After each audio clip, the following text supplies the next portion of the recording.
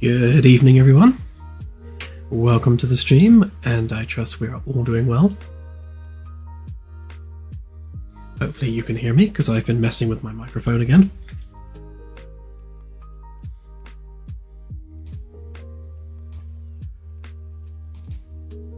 Actually, on that note, I need to make sure it's still set to cardioid. Nope. There we go. That's better.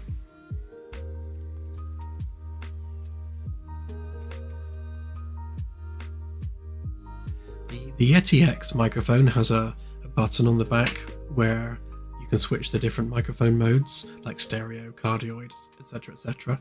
And every time I grab it to move it, I press that button. It's very annoyingly placed.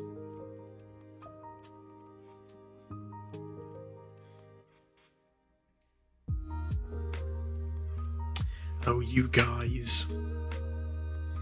Thank you, Delta and Firstus. I will have a drink. Actually, Claire needs to bring me a drink. I forgot to grab one before the stream. So I'm maybe sounding a little hoarse.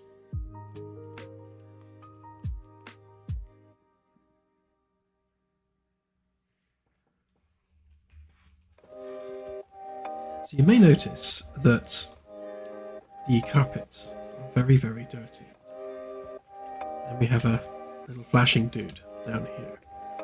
Well, this is part of a new thing I added on a whim because I just fancied a break from modelling wall panels. So I thought I'd just do a quick little thing to demonstrate one of the planned features. So if I start up the game, we shall have a look. Thank you, Voorhees. I shall ask Claire very nicely to grab me a nice drink. I think she's eating at the moment. When she's done.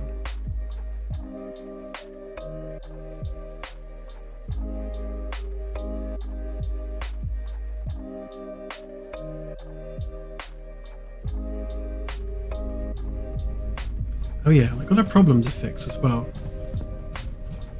It's this horrible blue light, but we'll come back to that. As you can see, our little Roomba dude here is actually cleaning carpets. So the reason that we segmented all of these wall panels, floor panels, into set segments is exactly so that we can do things like this. So each floor panel is a separate object which can have its own health values, its own grime values, and that allows us to do things like having a Roomba that can go around cleaning the dirty carpets. It's a silly little thing, but it's an example of the kind of depth that we're going for. It does look a little bit odd when you have such a sharp line between the dirty and the not dirty. without plastering decals over everything. It's not just moving around randomly either, it is actually seeking out dirty panels. You'll notice that the speed is based on the dirtiness of the panel. So the cleaner the panel gets, the faster the Roomba moves. So if it's moving over clean panels, then it will just zip along. As soon as it gets to a dirty one, it will slow down and clean it.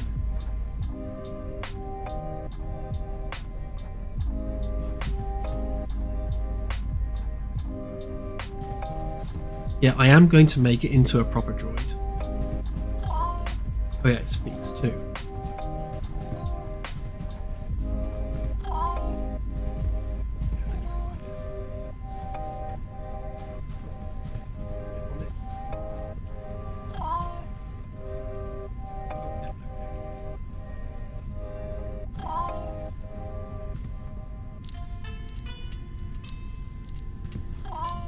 A small collision sphere, so it's not easy to get on top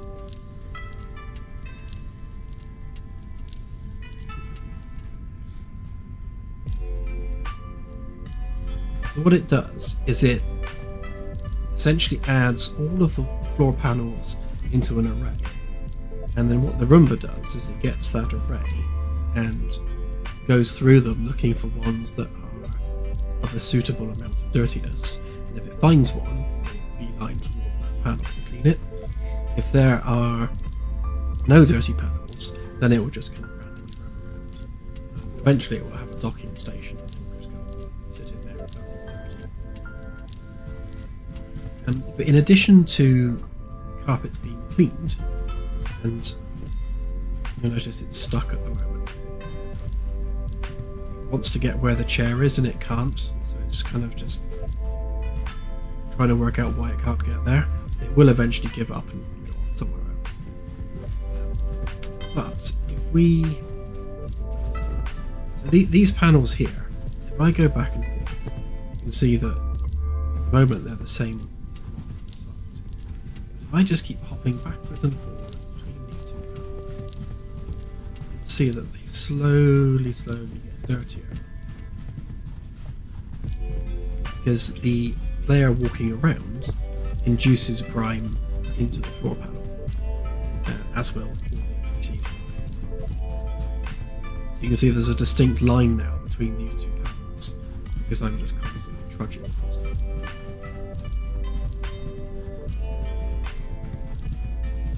Now, obviously this is happening rapidly because I'm just testing it, but the idea is that as the whole crew is traipsing around the ship, the floors will get dirtier and dirtier, and then you'll have Roombas going around, which will run like droids when I'm done with them, or player janitors going around, and you'll be able to just use a tool on a carpet to clean it. Just one of those just bits of added depth in the game, really.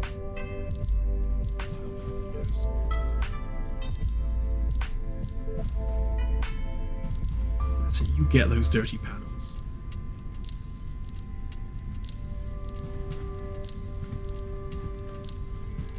So he's prioritizing the dirty ones, and we'll do those ones next.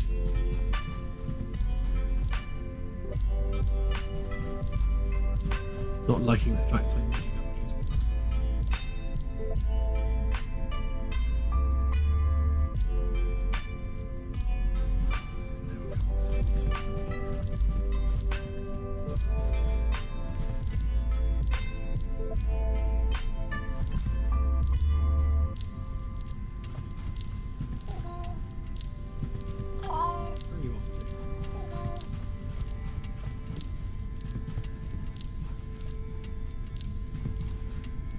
Yeah, so there we go. Just a simple little thing.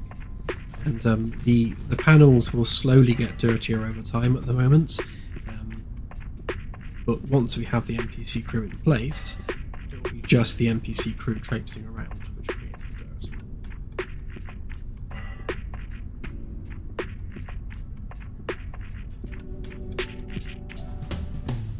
Yeah, there's no reason why they can't work to a schedule.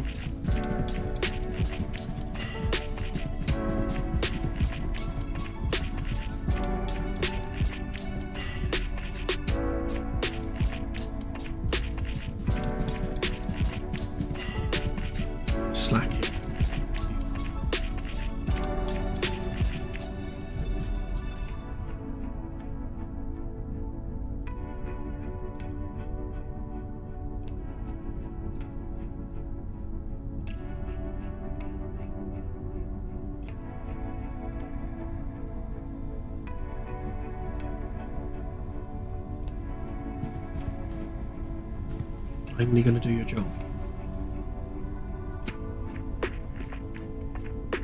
There we go.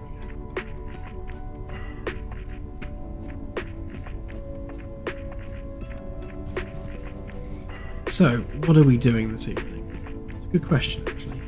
Well, I need to fix where that blue light's coming from, so we'll tackle that. And then really, I guess we should get some door frames done here, just to finish this.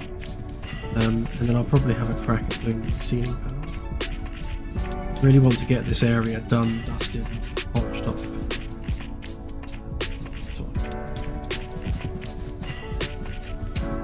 As for this, I had to do a complete rebuild of the levels so I could do the nav mesh to include the security risk, because the Roomba was getting stuck in this horseshoe shape because it thought it was there. But having done that, the act of rebuilding the levels has caused this really weird blue glow to come from. It's not the ceiling panels because I've turned them off, and it's still there. First order of business is figuring out where that blue glow came from. And it's only there when you're running the game, which is even weirder. So what I was about to do before coming on stream was go into the level loading code and turn off the A deck and probably the B deck too. See whether or not it's coming from one of those two levels.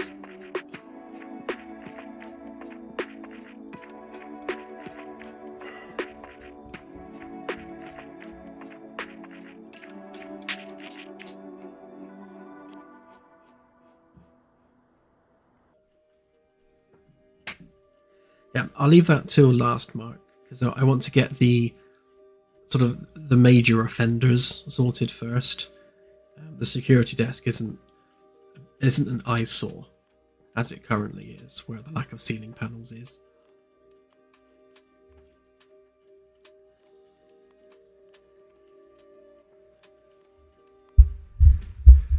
Oh, is it doing that again, is it? Okay. I shall try not to turn my head too much.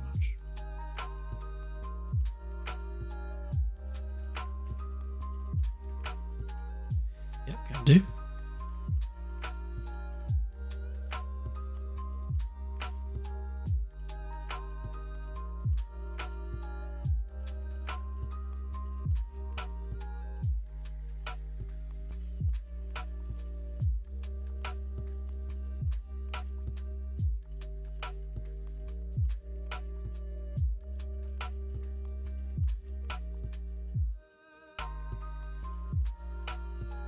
Last time it's because my mic gain was too low. Let me try turning it up a bit.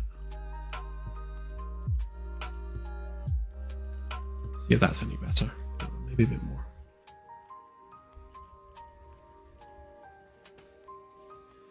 Hello, hello, testing, testing.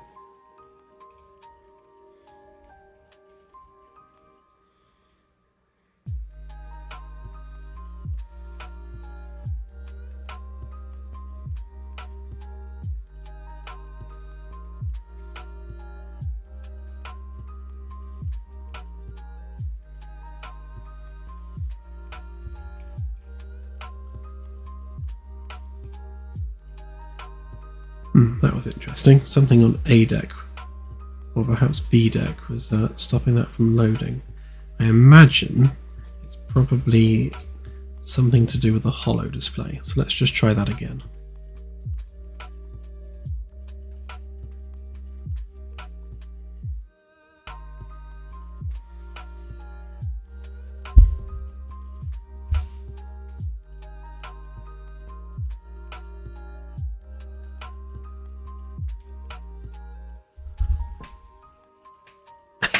I'm never going to fix that spelling error.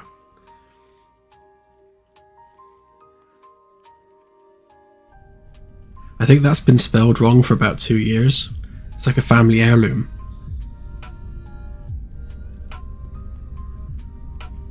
Ooh. Oh, okay. So the blue glow is definitely coming from B deck. Alright.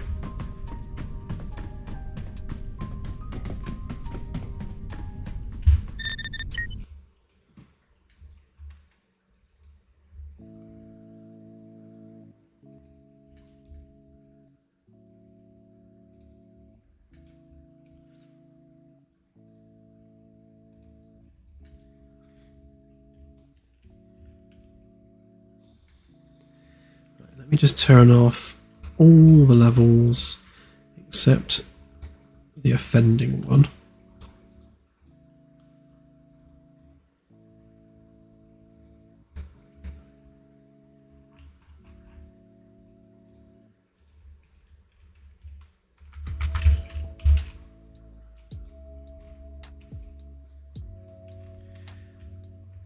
Right, so what is actually here?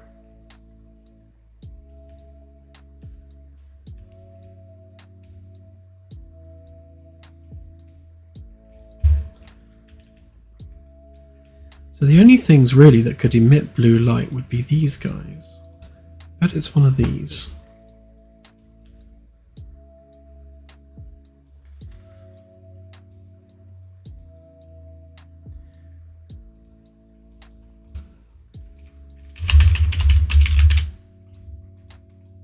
If I hide those on begin play, and then we'll see whether that's the issue.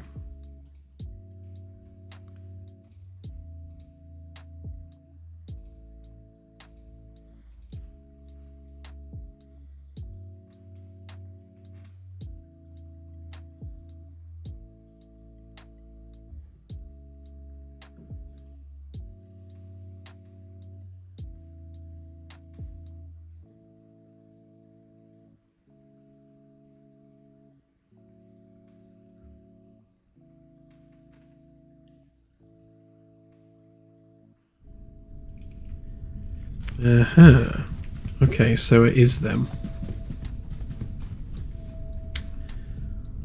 Oh, balls. Right, so why is the question?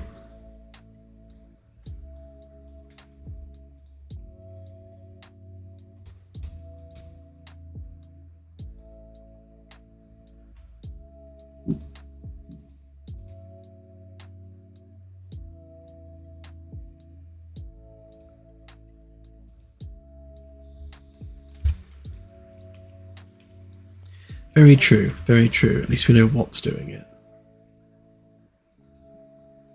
So it will be this here. No, not that there. It's going to be this child actor. So one of the reasons I got rid of this plugin that I downloaded yonks ago, called Simple Light Painter, is that it started having issues where, just like with that blue light, it would get crazy bright and completely blow out the scene with white light. So the same thing seems to be happening on these. And as I say, that is why I got rid of that system in the first place. I thought I'd got rid of it on these as well, but obviously not.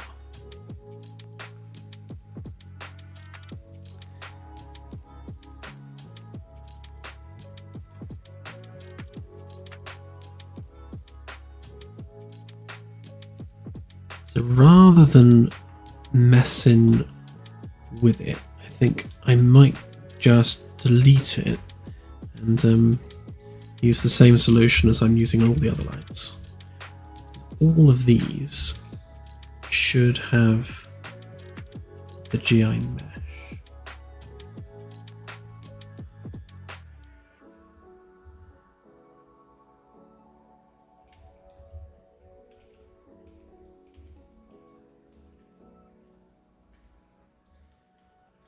I'll grab this one because it's smaller.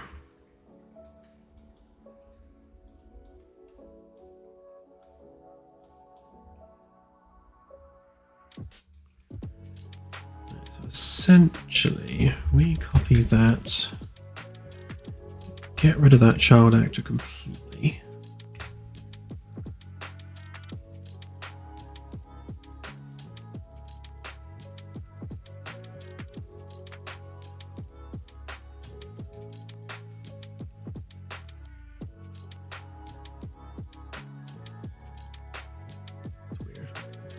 gone.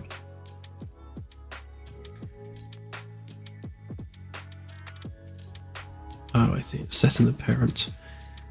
Oh, right. Of course, that's the that is the repair point.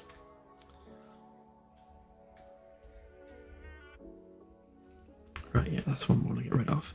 Right. So that can go. Which means that can go. Which means we can pop in the GI mesh. Which means we can grab that code there. Pop that in there. Hook that up.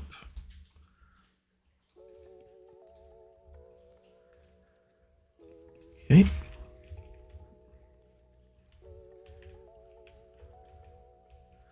Good. And now we just need to make sure that we set it up properly.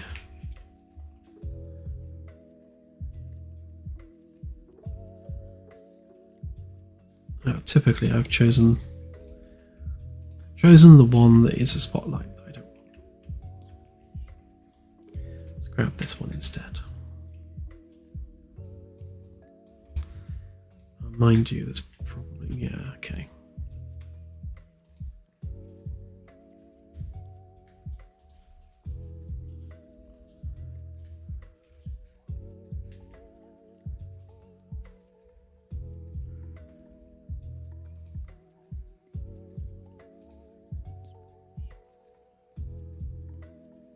I think the cube light one's the one I want. It's been a while since I set these up.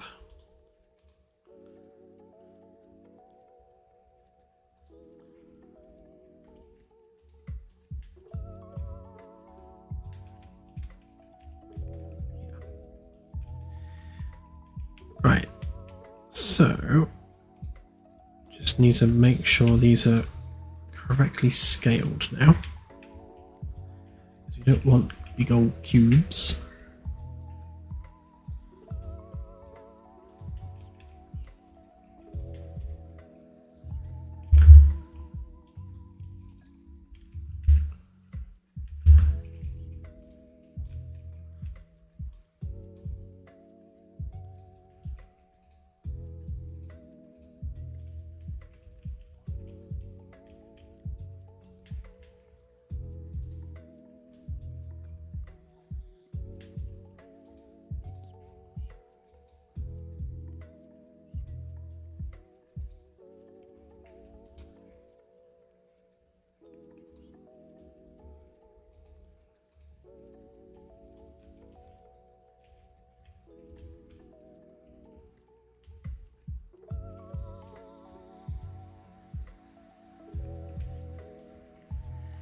Not specifically ADEC, this is more the fixing of issues.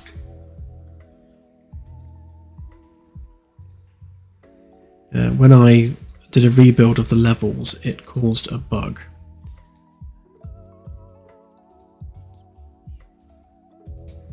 That's what I wanted. Right. So that needs blending nicely.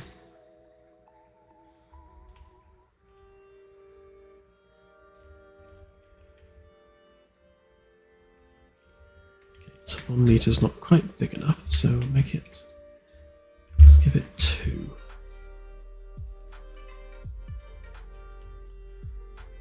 That's better.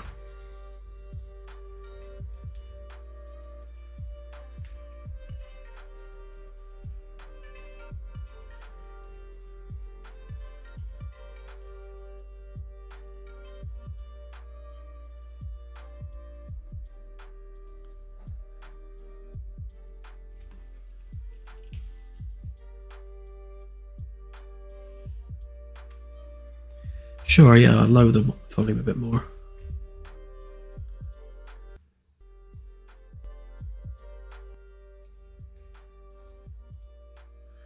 How's that? Is that any better?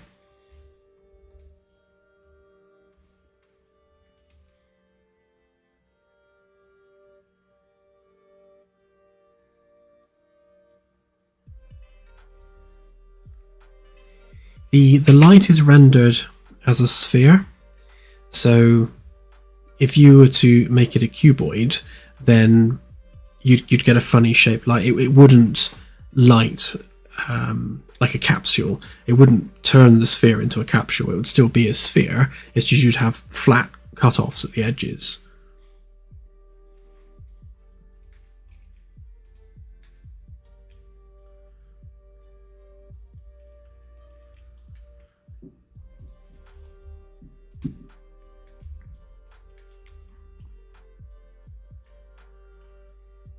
Right. And they basically use custom data to determine their fall-off values. Hang on, let's do this so I can see what I'm doing.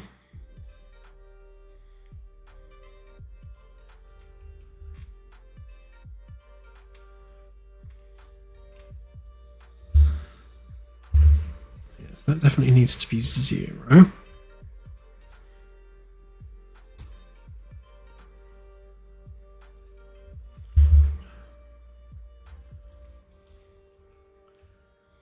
Let's get in there.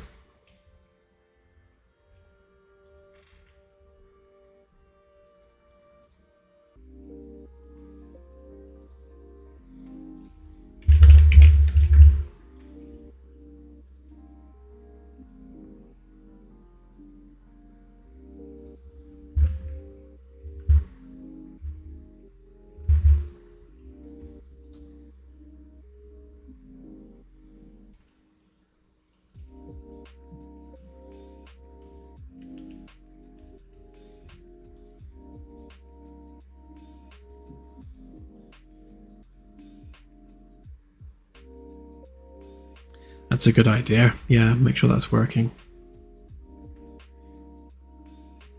And the other issue that we may encounter is that it might actually not use the correct values on here because it's expecting a different type of light.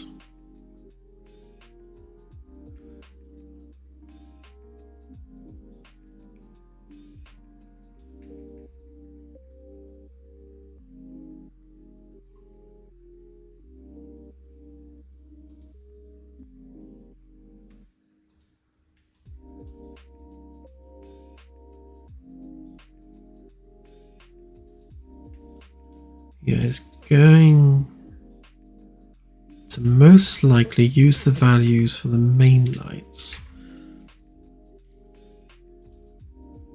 Just have a quick look and see a minute.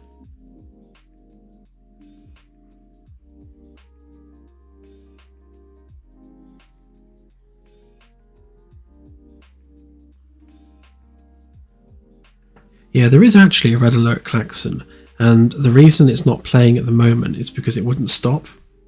And we deemed it to be the lesser of two evils to take it out than to have it not stop.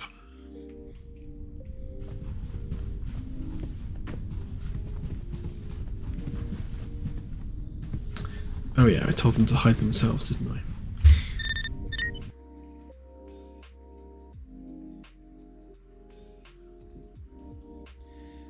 The other thing I'll do is, while I'm at this, where's the floor panel? There. Set that back to the default. That can go. That can go. Don't need that. Don't need that.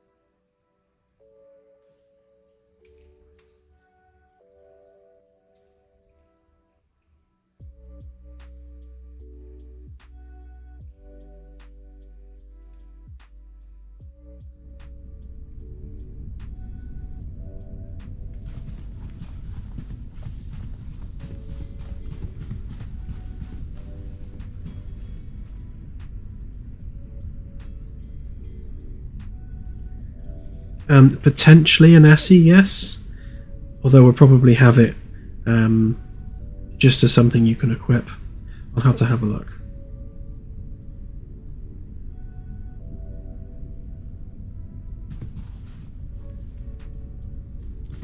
Right, so these guys, they're emitting a little bit of light, but not the right colour. It's the right amount of light, just the wrong colour of light. It's a hell of a lot better than the big blue glow. Just actually check the customization, because oh no, that is actually glowing purple. That's good.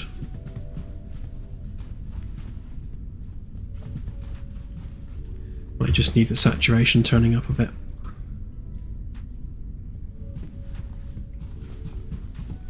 Okay.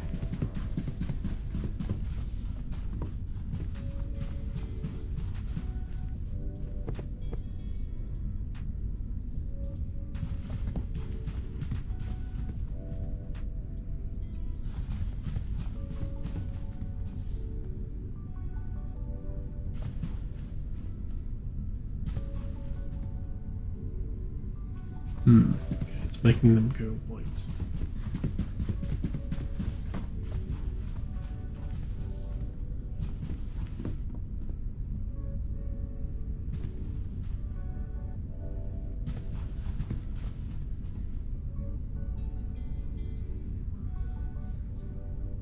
Interesting. Why is there a delay?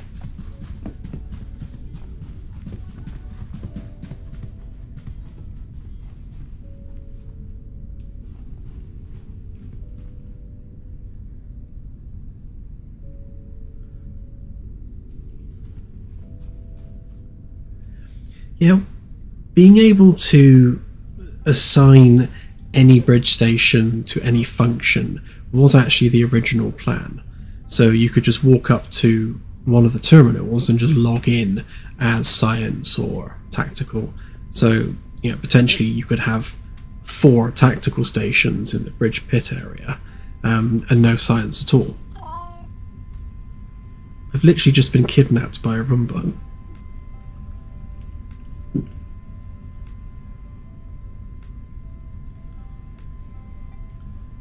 Joys of game dev.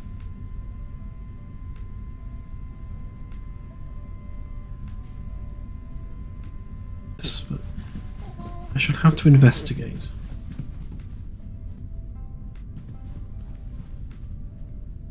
I imagine that's linked to the optimization code I did, so that things don't all do something at once, because that creates a lag spike. Obviously we don't want that on the light changing.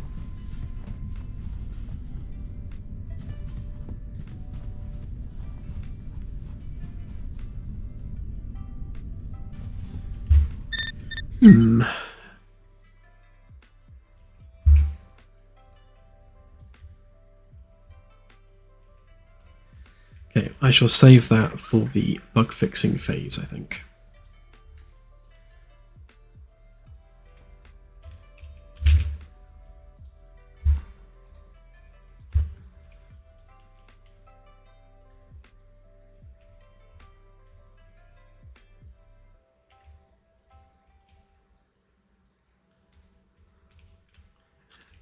It says hello.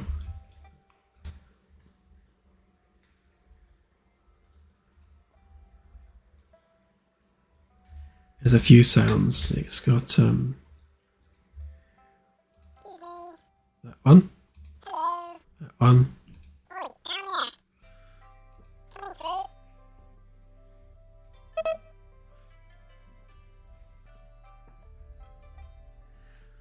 I created those ages ago just for a laugh. If anyone's a fan of Red Dwarf, you might recognise this one.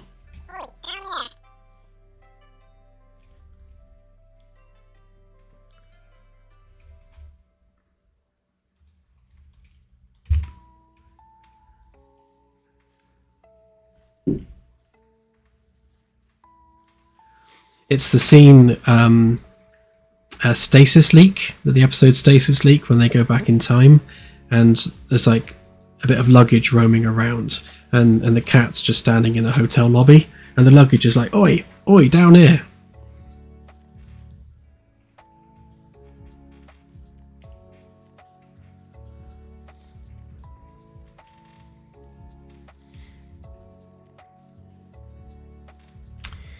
Right, let's do this door. So then we've got a complete corridor. Oh yeah, and that one. What are you? Are you just a blank panel?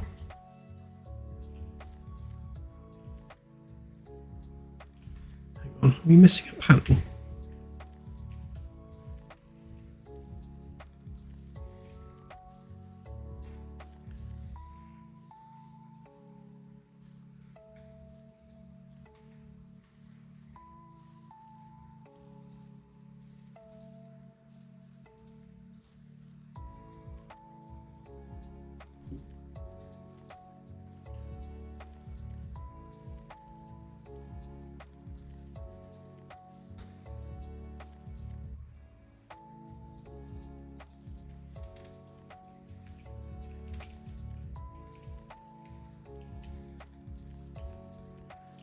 Odd. I definitely did put a panel there.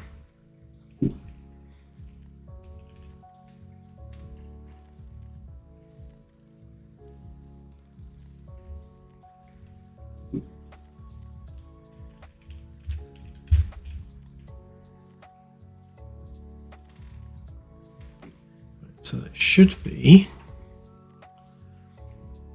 314 without the screen.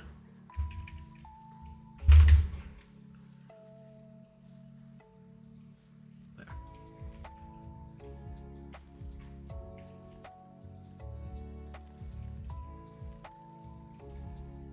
I bet he did. Sneaky Steve.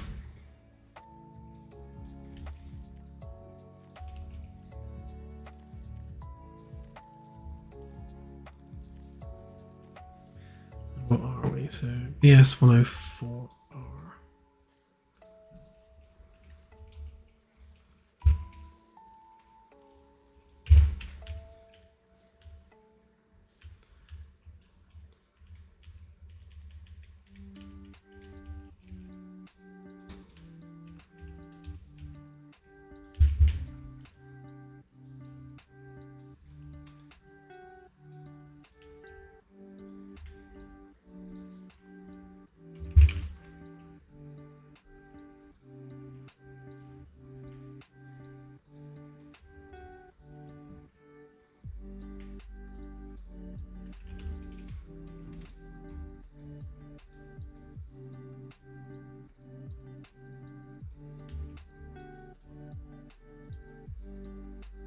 Did it? I'll have a look.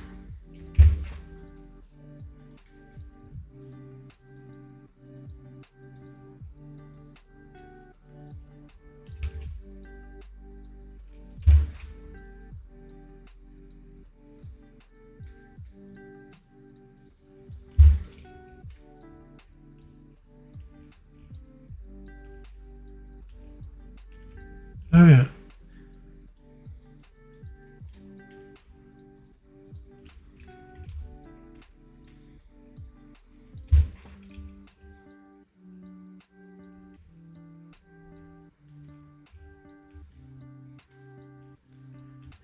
There will be the ship's cat, Admiral Cluck, obviously, and probably a dog as well.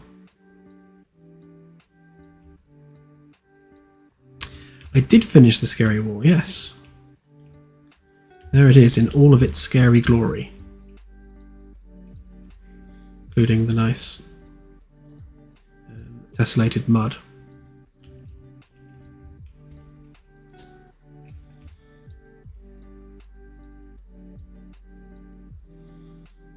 Well, that's interesting, Delta. If you can remember the coordinates, I'd be interested in checking that out.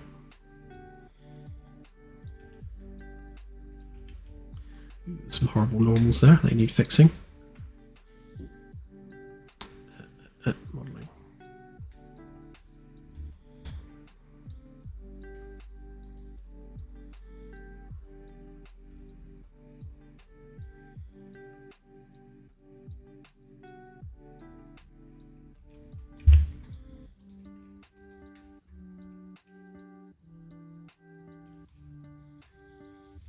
Now, I fixed this hole, Thiessen, by the way.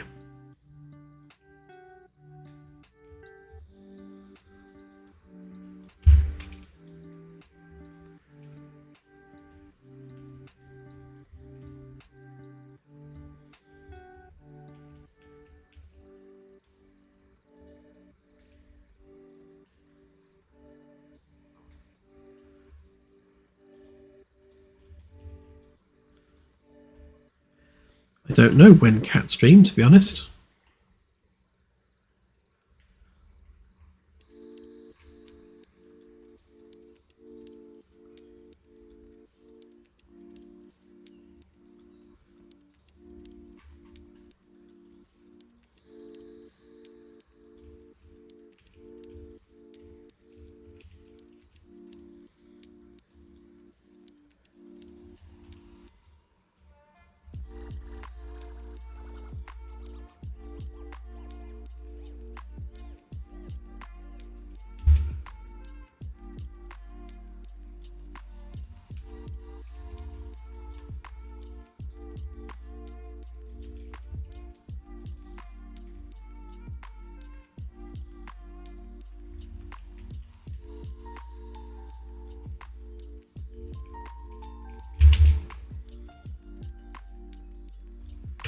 This is an interesting situation here because unlike all the other segments where you have one panel, one floor, one wall on the opposite side, here you've got one panel, one floor, and then two panels because this is an extra wide one.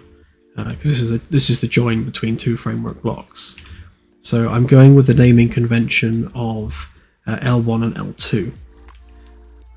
So that's 104 left, 1, 104 left, 2. And then it moves on to 105. Not quite sure how to handle the door reference because it's exactly between two panels, just to be annoying.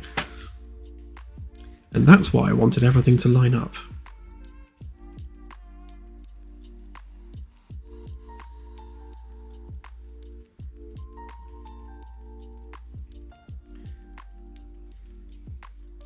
They do indeed.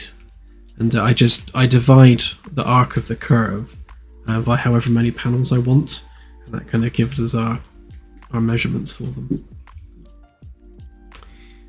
Right, let's make a door panel. Yes, they are. Here's a plant as an example. So they should be nicely bushy, and this whole corridor here is going to kind of be lined with plants, really. And hopefully that's not overkill, but we'll see. If it is overkill, then we'll add some rock features in with it to take the amount of plants down a bit.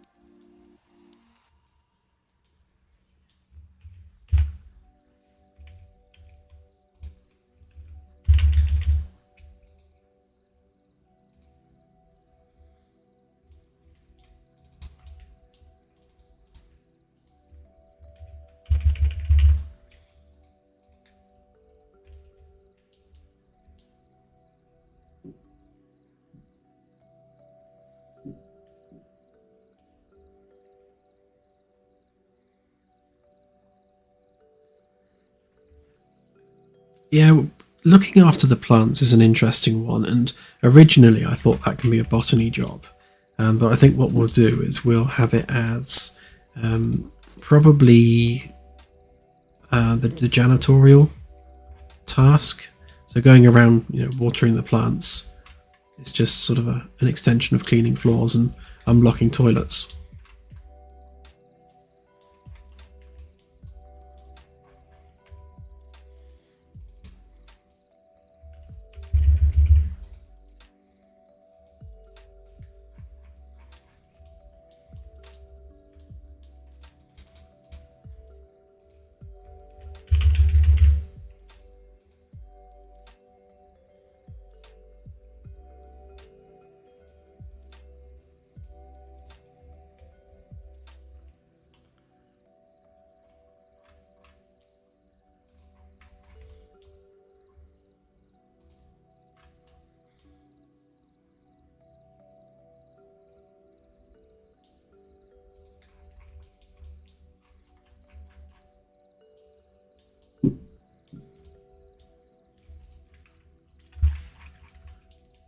Okay, that alignment looks close enough.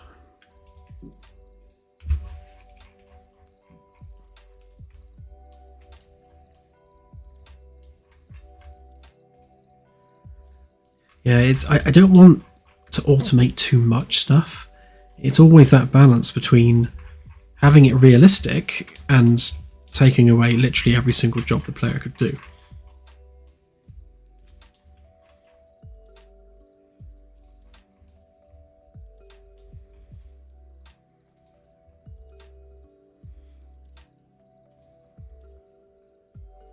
I suppose, clog-proof toilets are a perfect example of that.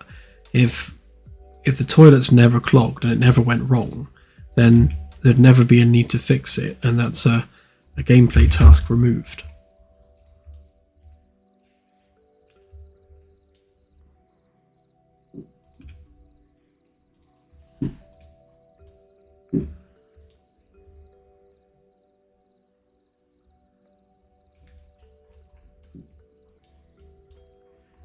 It would be pretty hilarious if we got licensing to include a KFC on the ship.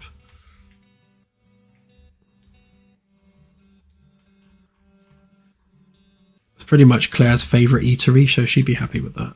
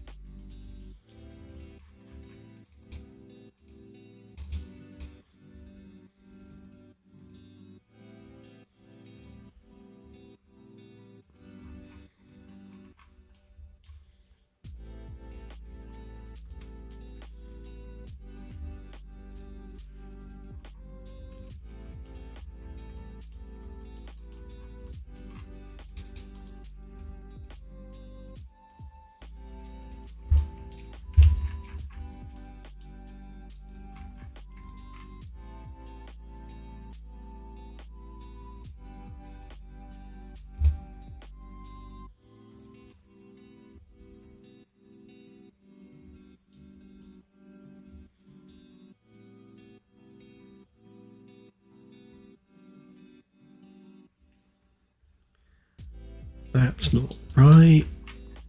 Hang on, something's not pointing in the right direction here.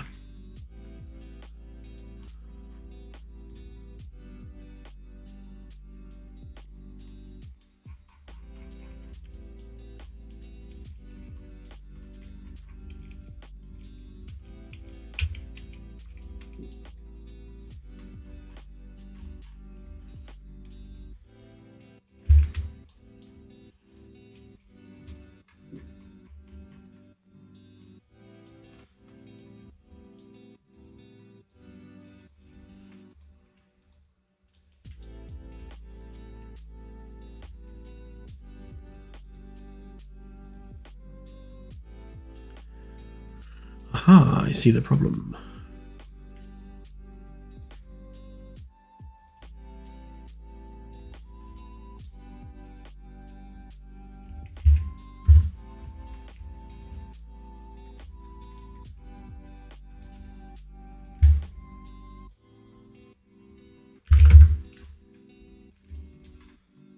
This is that whole needing a perpendicular edge. Because the existing edge wasn't quite perpendicular to the direction of the join between the two panels, it draws it at an angle, which means in the game world you get a much wider gap between the panels than you want.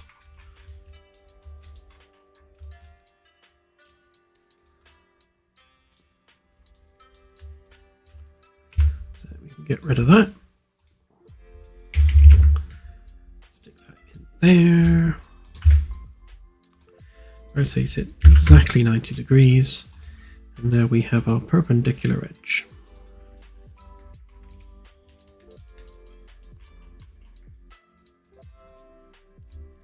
So weld all that back together again.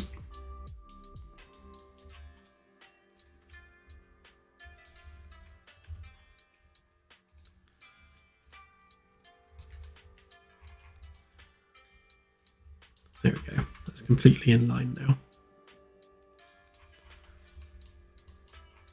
I demand perfection.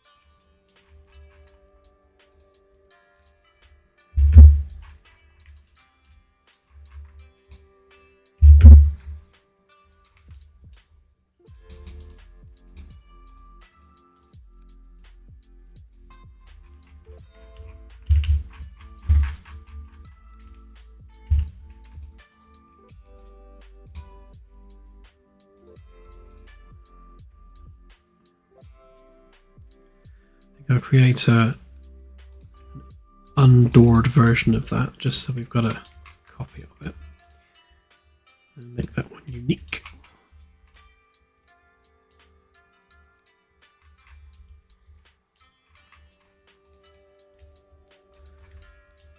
Right, so this is either a 1.2 or 1.4. 1.2 meters. Okay.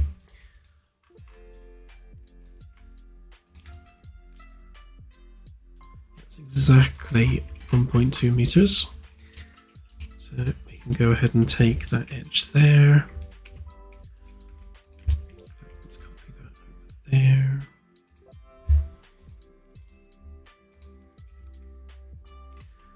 Make that a group.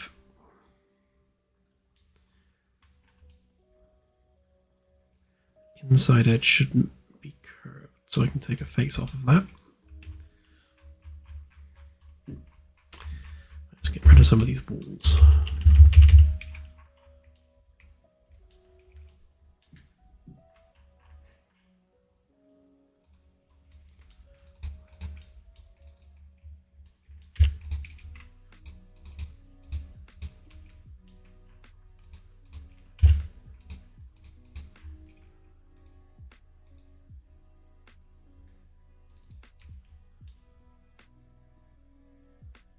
Like it first, just like it.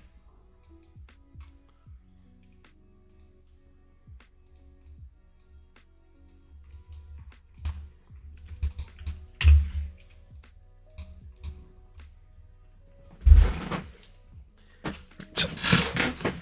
Excuse my creaky chair.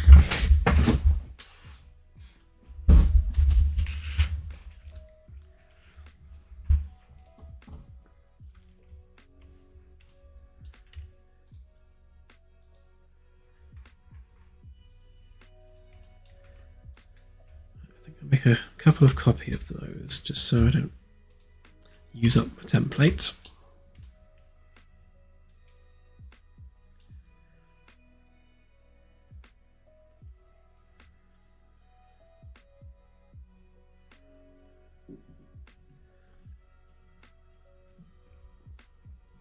Sure, Delta. Although it sounds like it might be broken, so I'll check it out.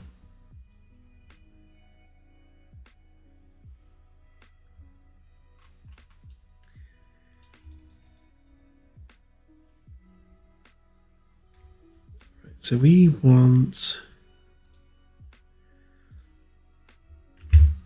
need a 1 centimeter gap because we need to take into account the rounding on the edge of the metal.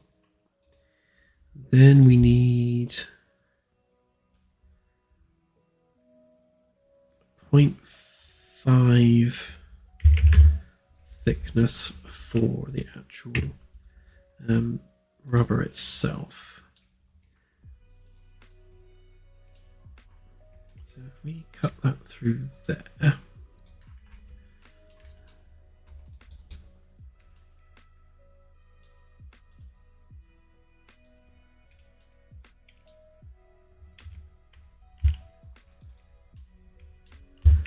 sure we get the right layer. That would be that one.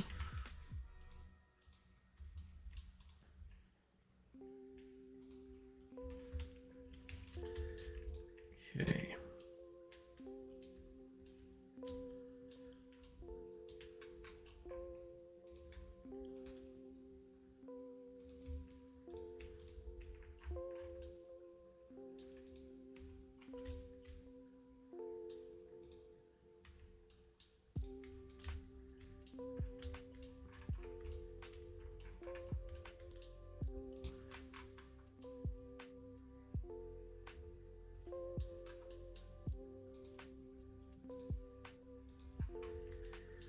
I don't think I'm actually going to need...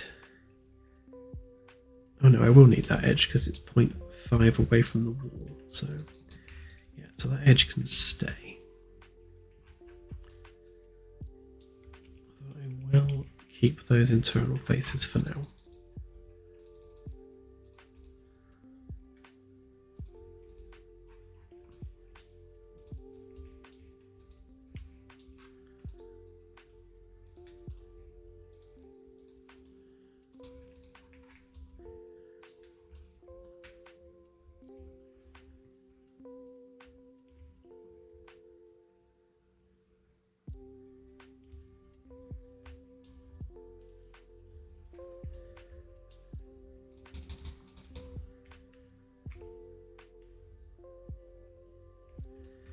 Right, so for the white bit, we need... Okay, so for a start, we need all the way to the floor.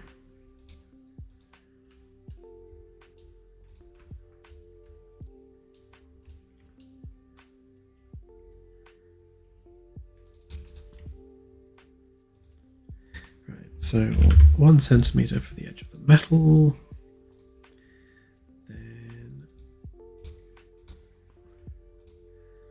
0.5 for the edge of the rubber, and then an extra 5 for the width of the wood.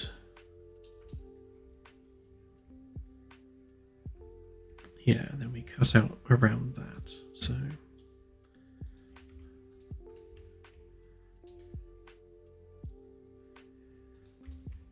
kind of have to think three-dimensionally doing this.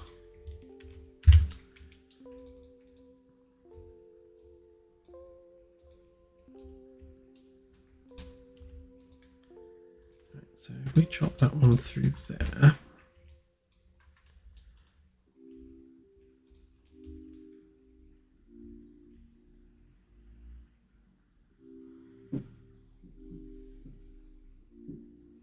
Actually,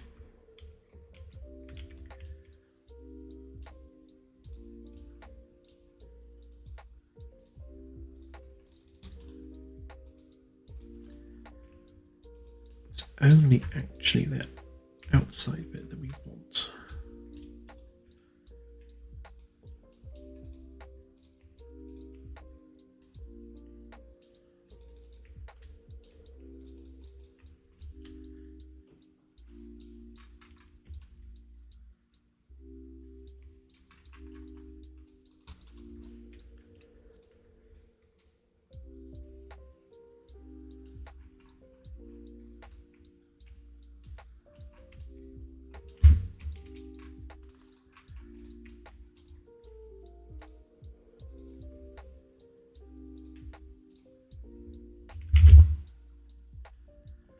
No, not that many. Extra one. Right, I can then use this to cut out the sort of spacer bit that goes behind the white panel.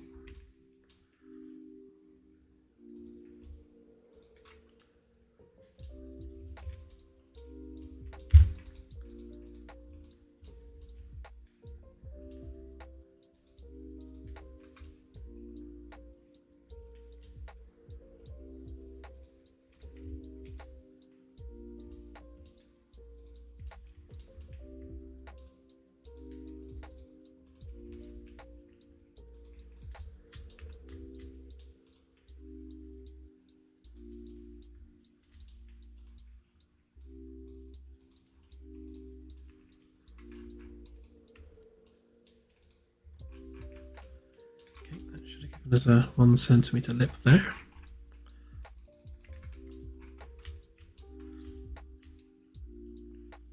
Okay.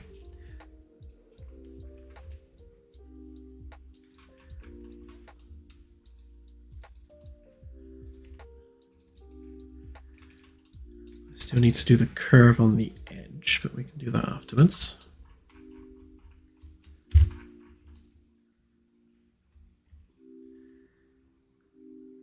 Just realised that this bit is slightly wrong because obviously we've got the extra width of the wood to think about.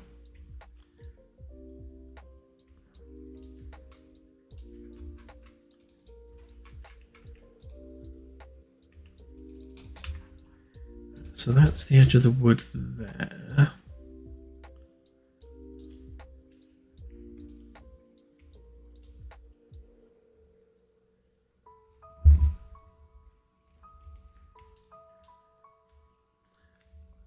Hello to the people that just joined.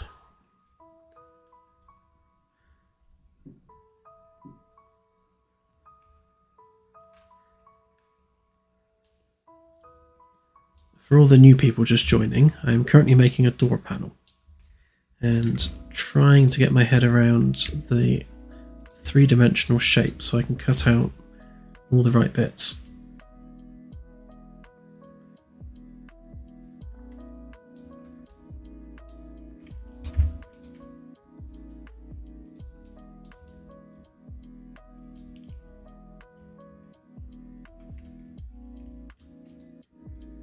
Right, yeah, because on this one, we also need to take into account the actual width of the wood itself.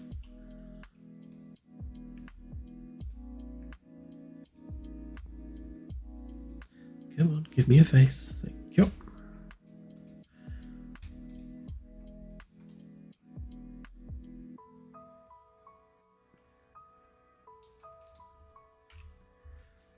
Yeah, still on B deck.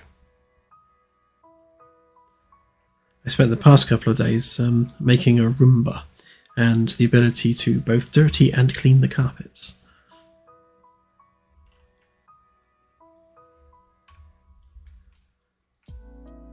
It's an odd sentence, I appreciate.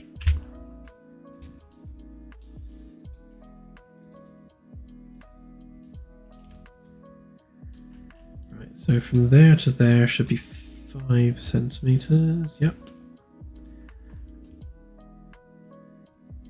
Which means, yeah, which means actually that doesn't go that side.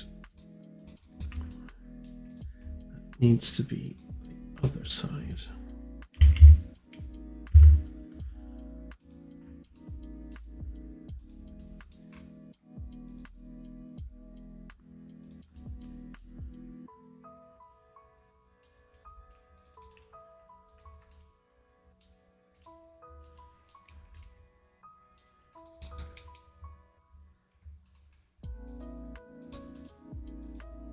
Should be the right bit. Okay, so if we now cut through with this one.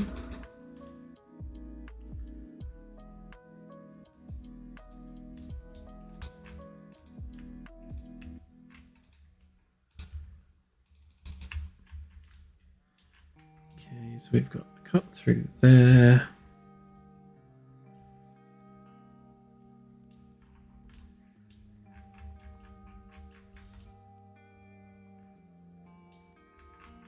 Why has it chopped off that bit?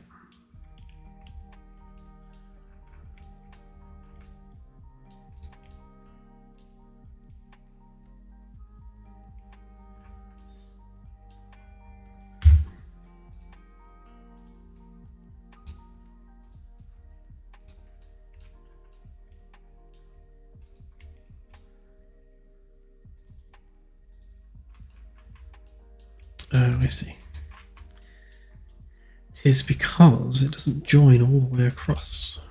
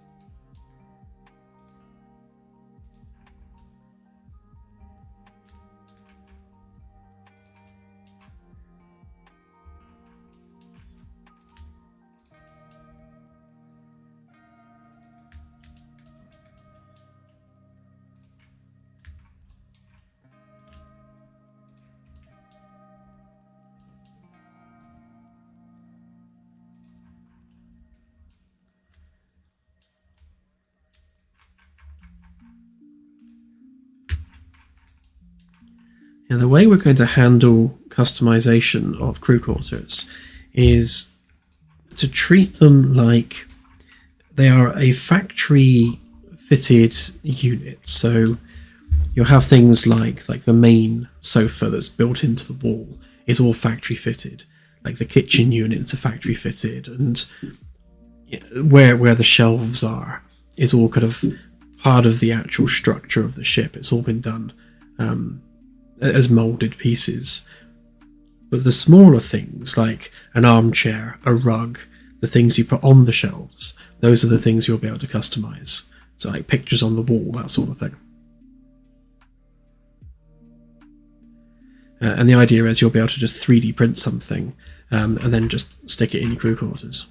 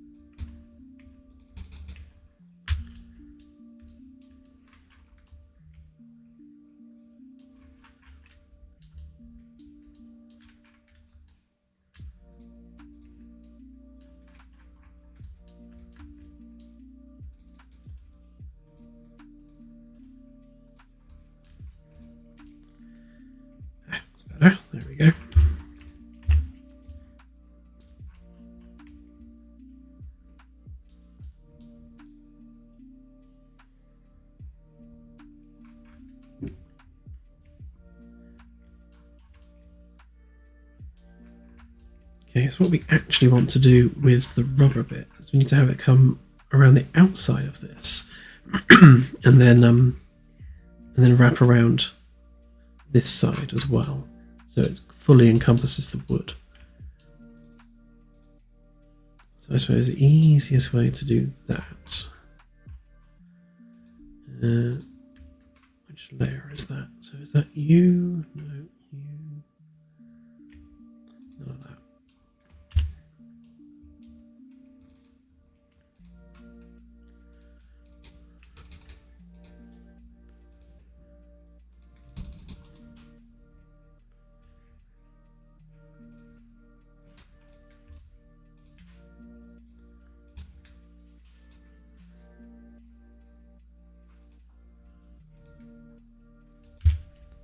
Make sure it's the same height.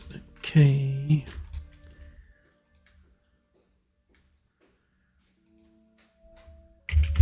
Make that 0.5, which is the width of the rubber.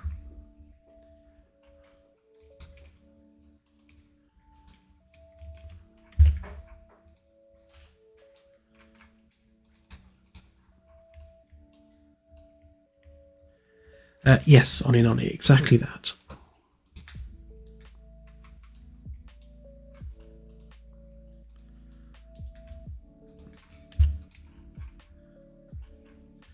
Right, so that should just slide over there perfectly. We'll cut that through.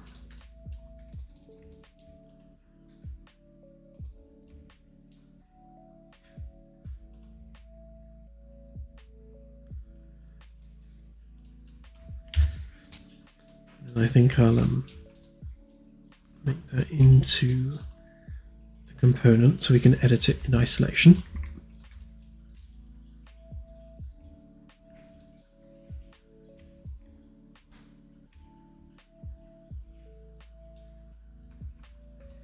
Yeah, the scary piece is done and dusted.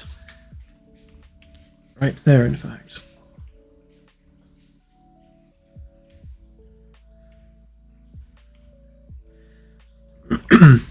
It's good to get that done.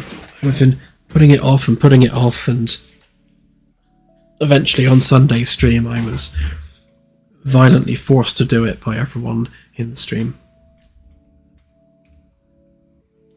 Yeah, practically. So once the doors are done, it's just doing the ceiling panels kind of all round really, and then just doing some fiddly bits here. And that should be all the paneling and stuff done for B-Deck, which is nice.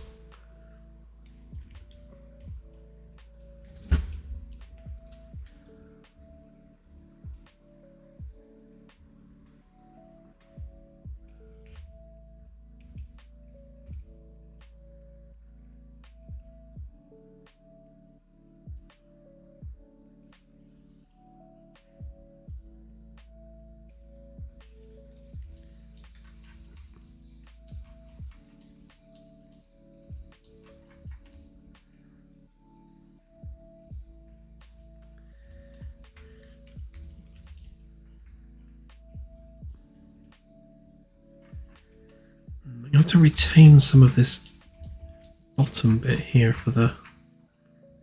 No, actually, no, I don't need to, or do I need to? Do I need to? No, I don't need to.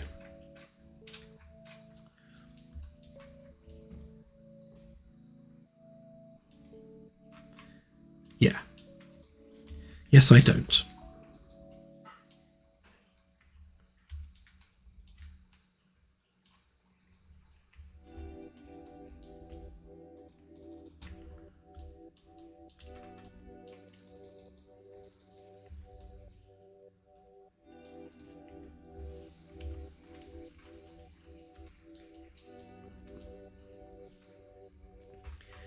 Yeah, I could and should do the door as well, to be honest. It would be nice to get the door done.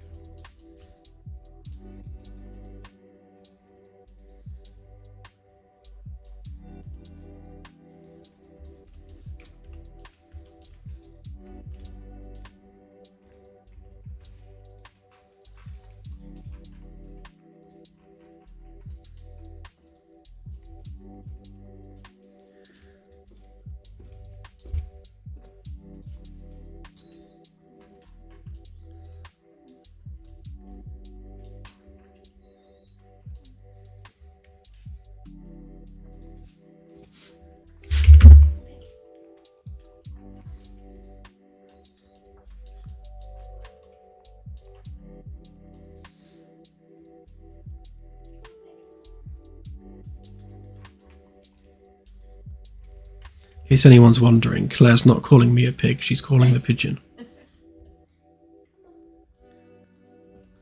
Thank you, Fetishay.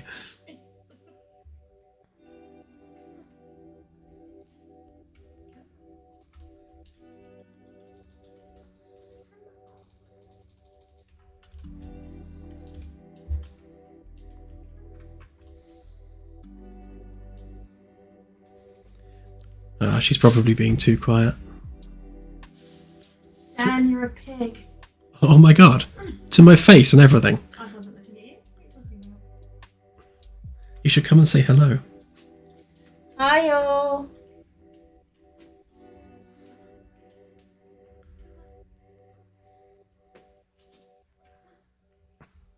Did they hear me? I think they heard you a little bit, that the microphone's facing me. Hang on, come and stand behind me and do it. Hey, hey. In that exact moment, the pigeon chooses to be completely silent.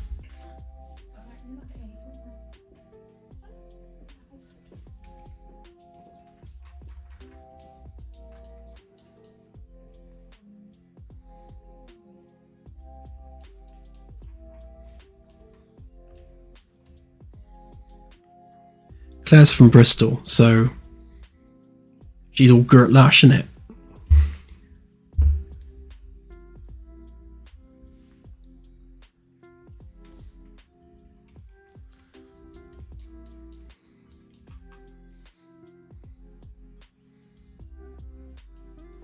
Claire's always taking the mickey out of me because I say sofa and carpet.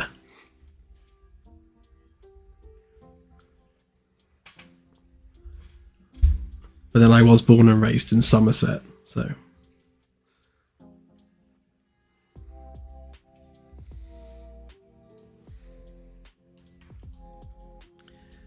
Right, I think that is what we want.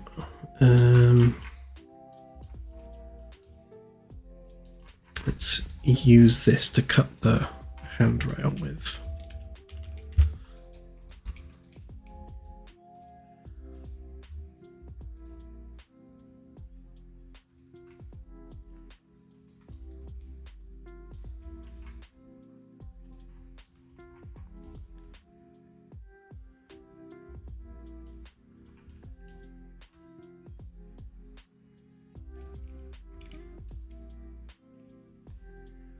I do keep saying to Claire that she needs to come on stream and chat to everyone, but I think she's a little stream shy.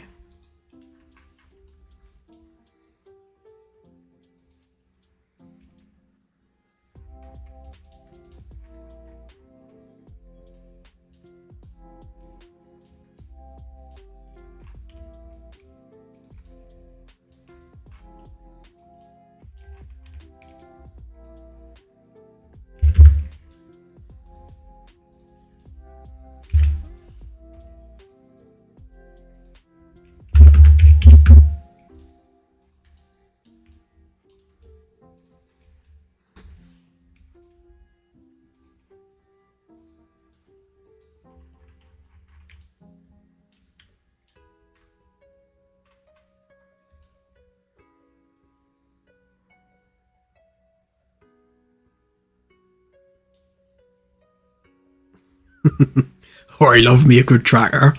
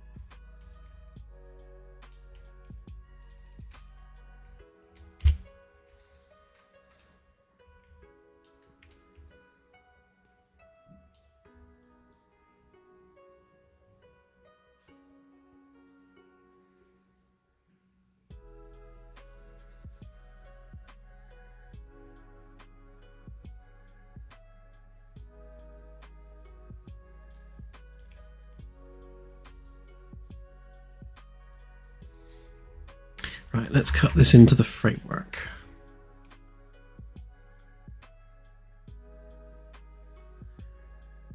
B deck frame. Lost it. That one.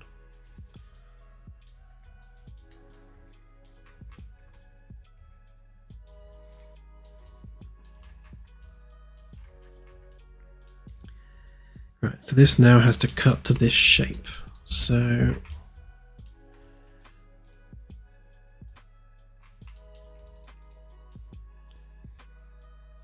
probably be easier if I just take a copy of the face and work with that instead, and then get rid of that. If I pop it in that group, then it will have the right axes.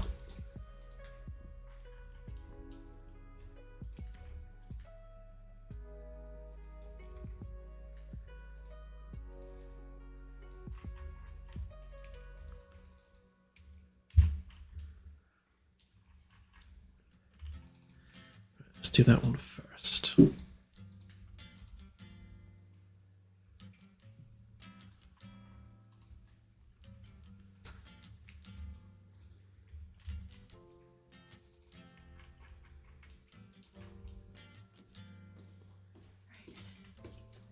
Next. You can come on then. Come on. Come on, baby. Come on, baby.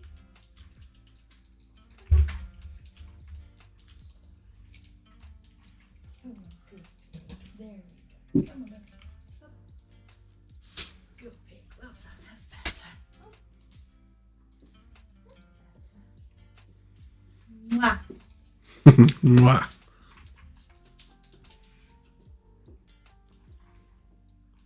Actually, she was probably blowing a kiss to you lot, not me.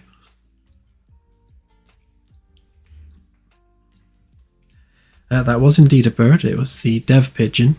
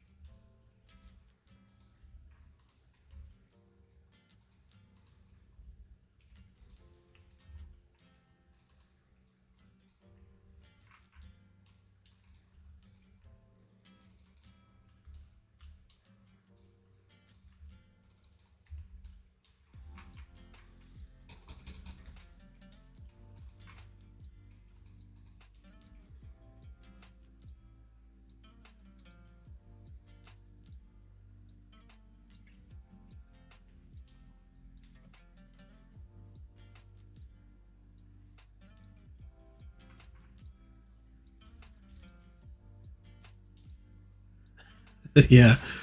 So about a month ago, we had some pigeons nesting in our tree, and those pigeons then decided to abandon their eggs.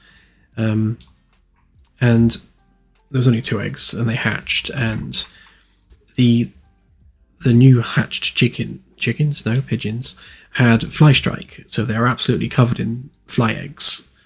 And we waited and waited to see whether or not the parents would come back, and they never did.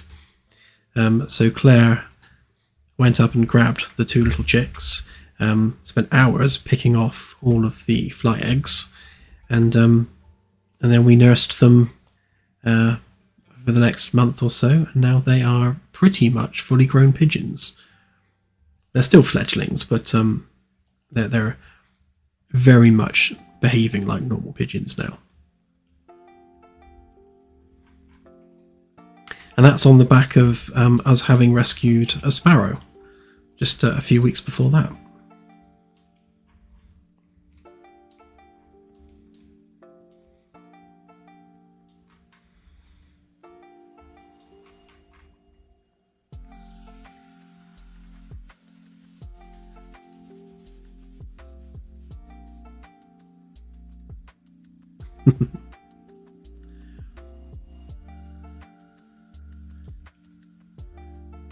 Yeah, not just the car, everything. They crap on everything. They just don't stop. I mean, I thought chickens were bad for pooping everywhere, but pigeons are worse.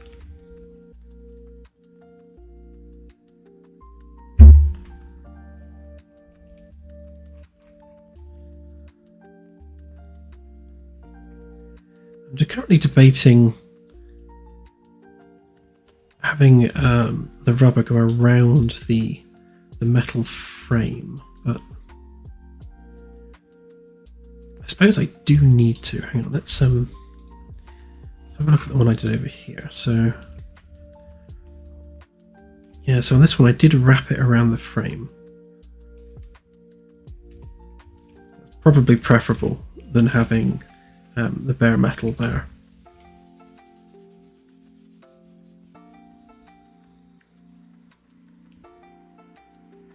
Preferable, but more annoying.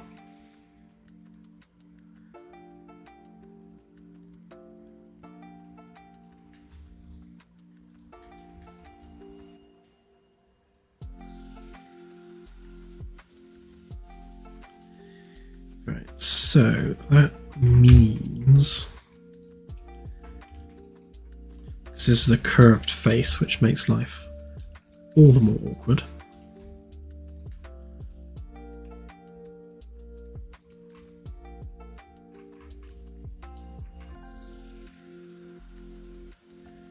So that's our interior face, which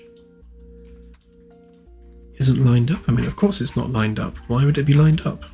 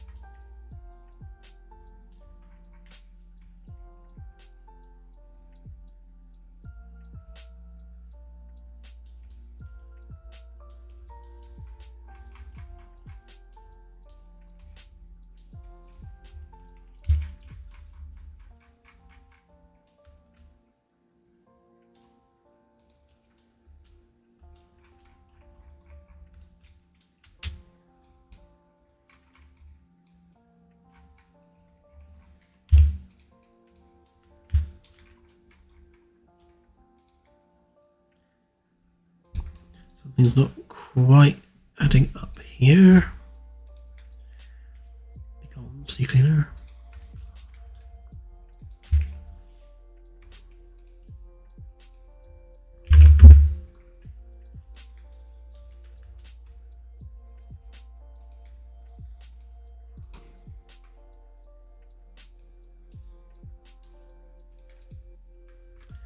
Right, okay, so the green axis is highlighted, so really that edge should be green.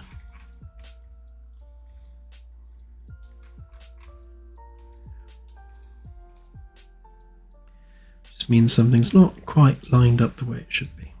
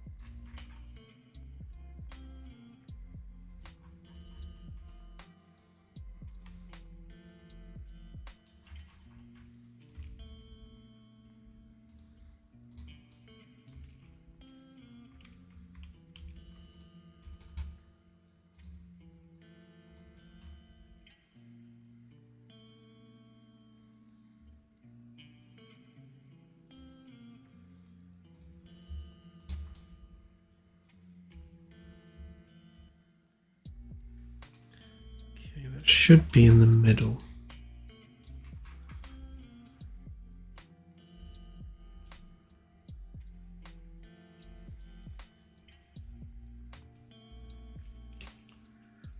Yeah, there is music. It's on very low though.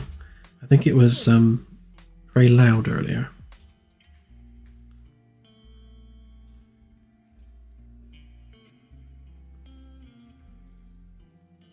Does it need turning up at all?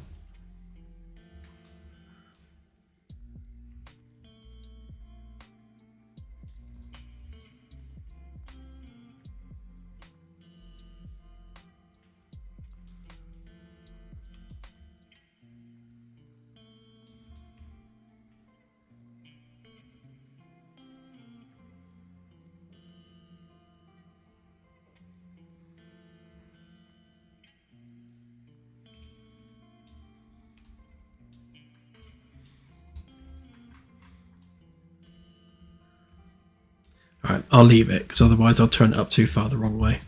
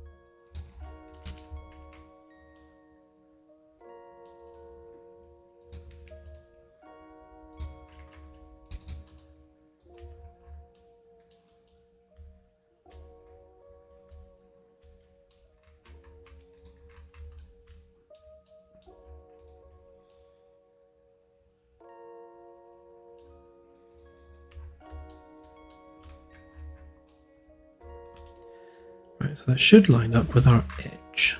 So if I reverse that face and we extrude that by 0.5.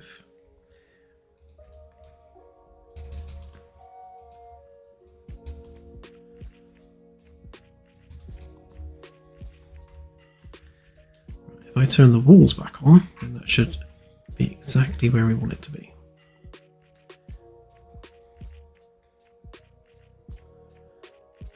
Frame walls, where are we? There. Yeah, perfect.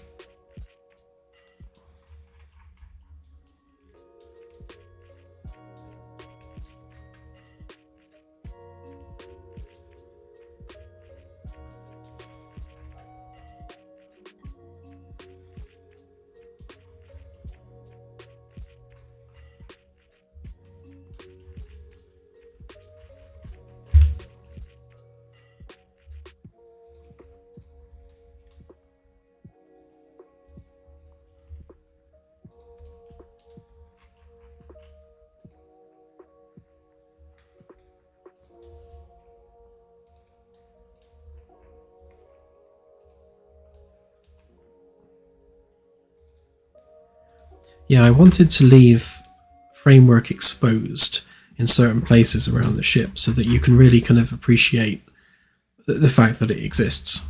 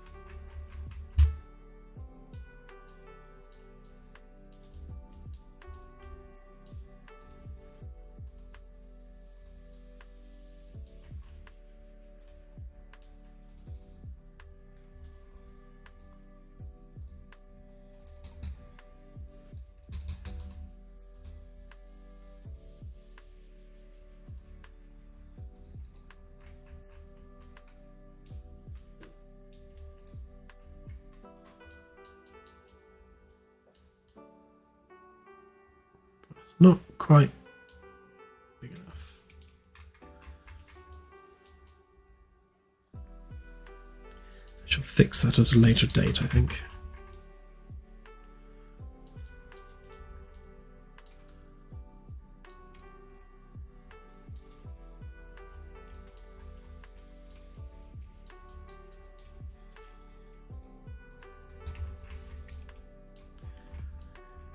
Right, so there's our rubber backing, which wraps around the wood, like so. And then the wood actually needs to get chopped off around about there.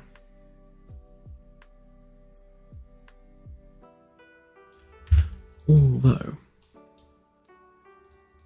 should be able to just move that as long as it's on the right axis. Yeah. That'll do.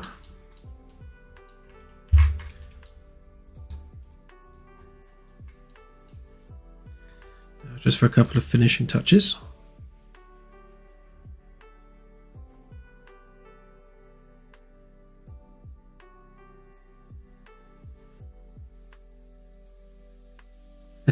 Yeah, me too, Cobalt, me too.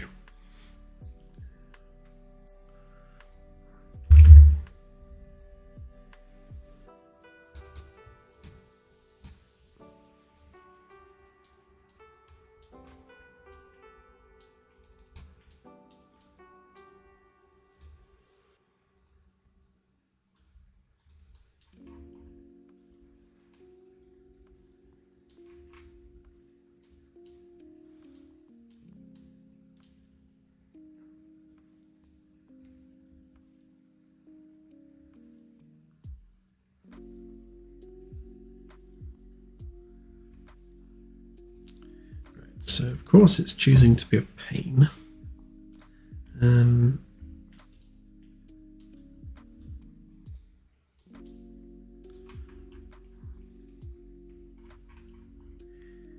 Sigh.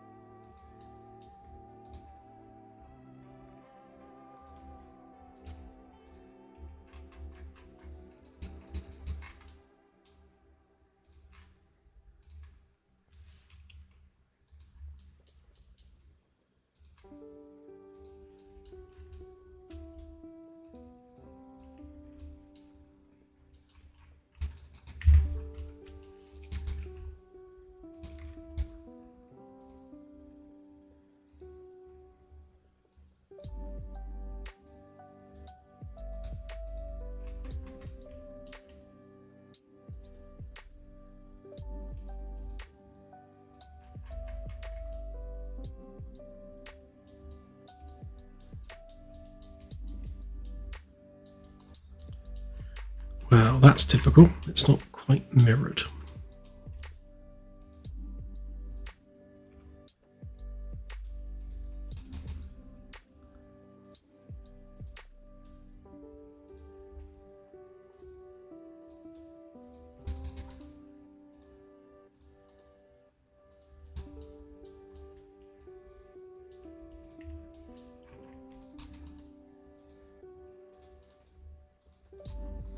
There we go. It's better.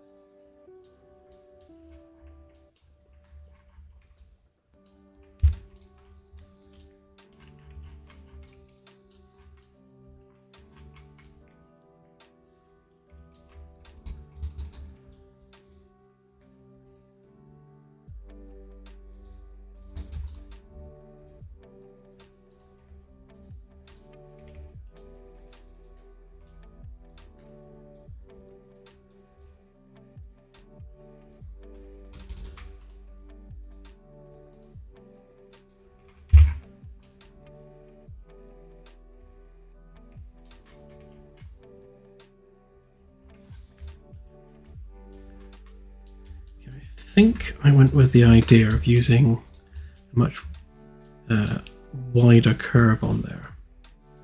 I think I decided on 5 centimeters.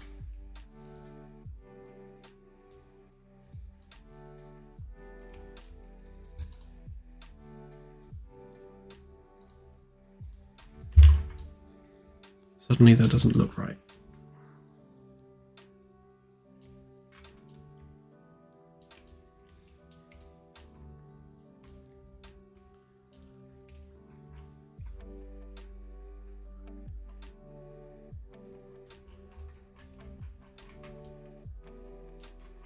No, it definitely wasn't a 5 then. 2.5. Okay. Half that.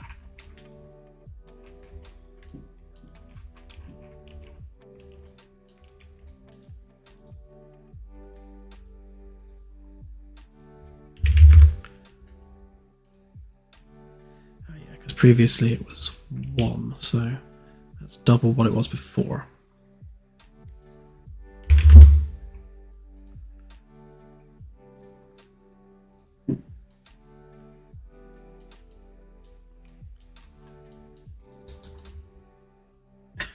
Thank you, Firstus. What's nodos? Is that a thing?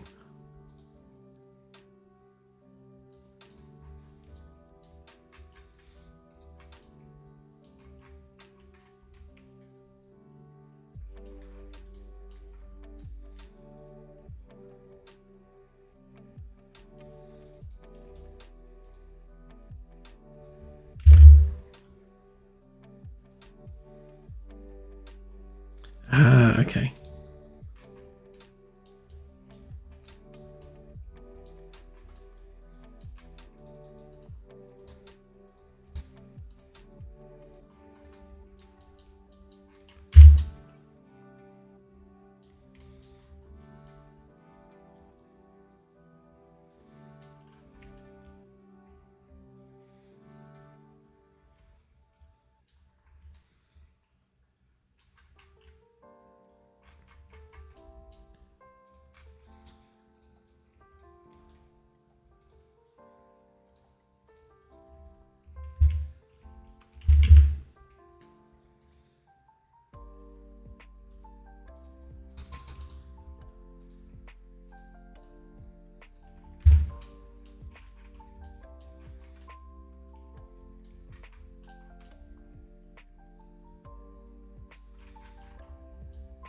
Right, I think we've got ourselves a door frame there.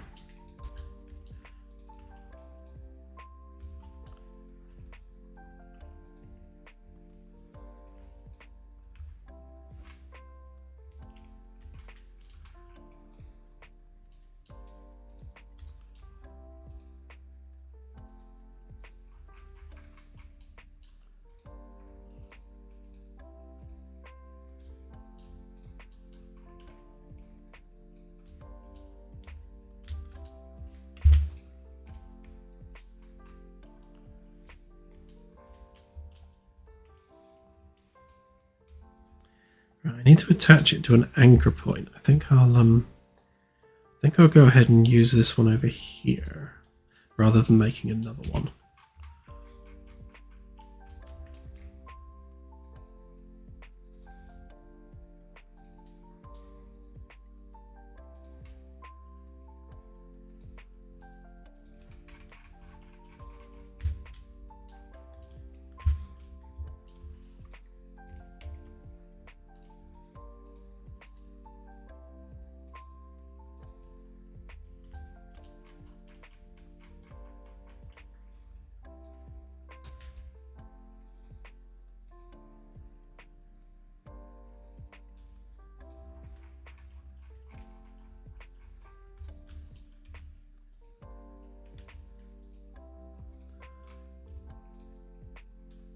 Okay. So this would be ring 1, B deck, wall panel, VIP door frame.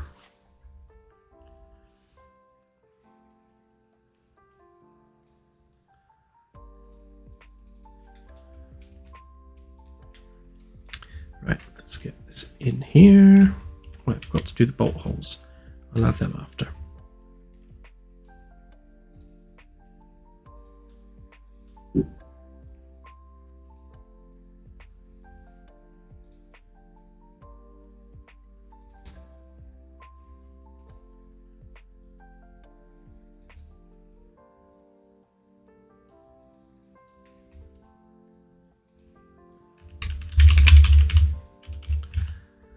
Okay, it should start to look like something now.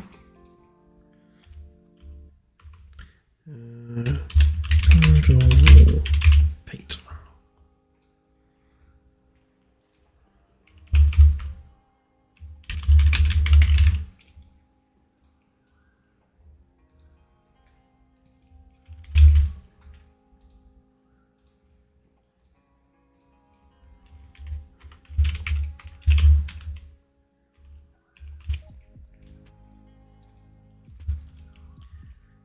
Origins in a weird place, but that should work out.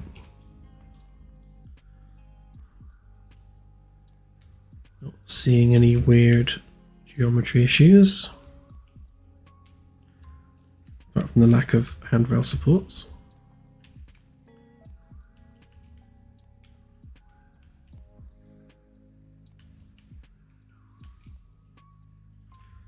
Okay.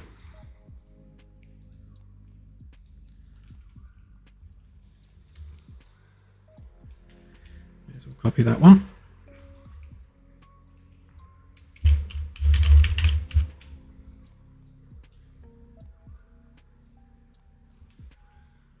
There we have it, the door frame.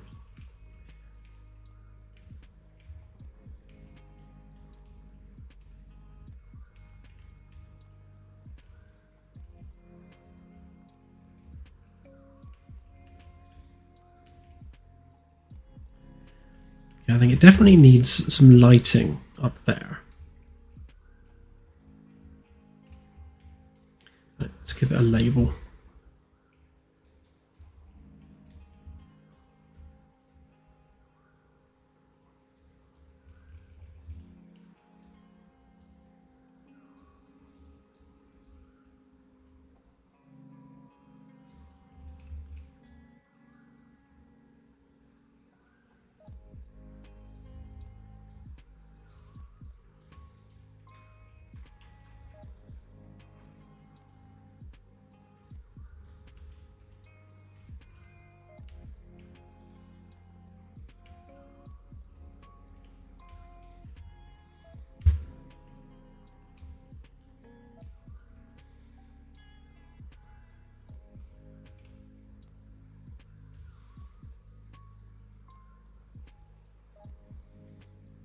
Yep.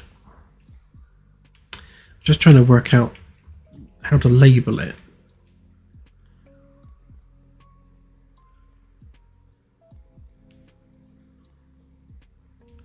I think I'll go left to right, so that's going to be 102L1.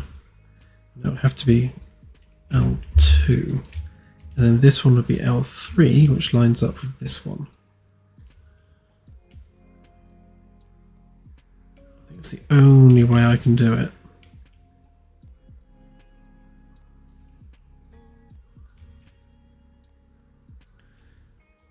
And then we can just go copy. So what are we on here? So that's BP106 L2. Oh, sorry, 105 L2. 105 L. Oops. BP105 L1.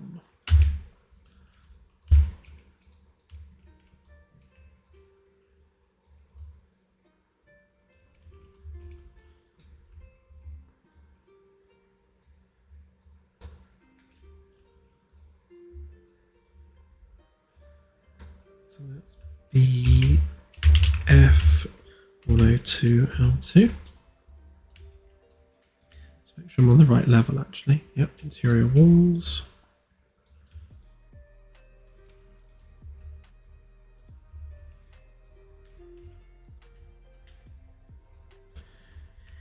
BF105L2, BF105L1. Oops. That over there.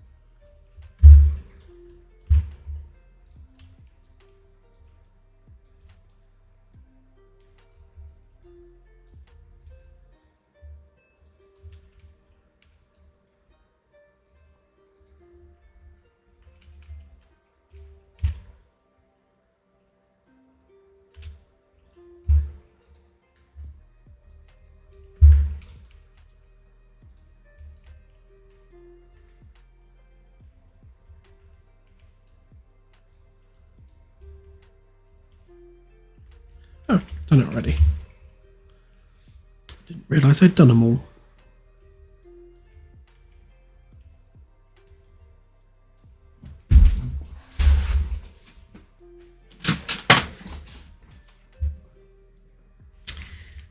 Yeah, good question about the Roombas.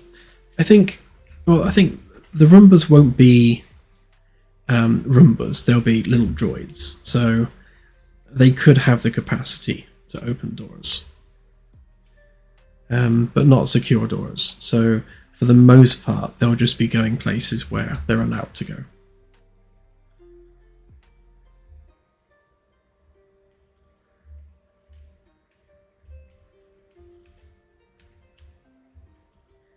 You know, I think I may have made that curve a bit too big on these ones.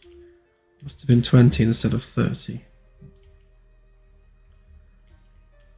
I think I'll stick with the 20 because the label fits better.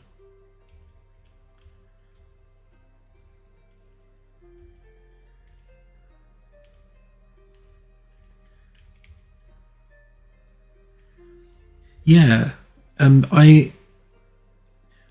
obviously we are influenced by all kinds of sci-fi across different shows, and I like the concept of the droids in Star Wars, and it takes us like a step in a unique direction away from Trek, because it's not something you get in Star Trek, so it'd be nice to have something unique.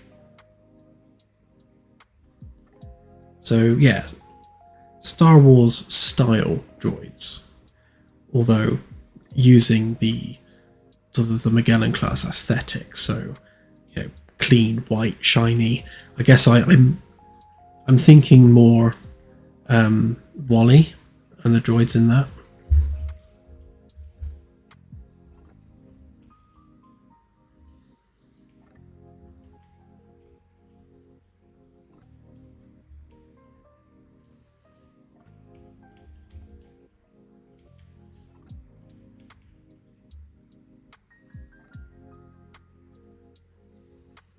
Yeah, exactly.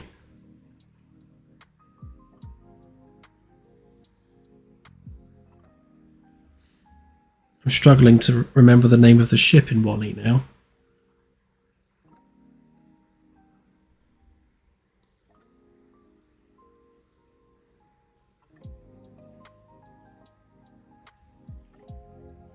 Axiom, that's it, thank you. Yeah, I guess Axiom and the whole by and large thing, so that style of robot on that ship is kind of the direction I'm thinking in.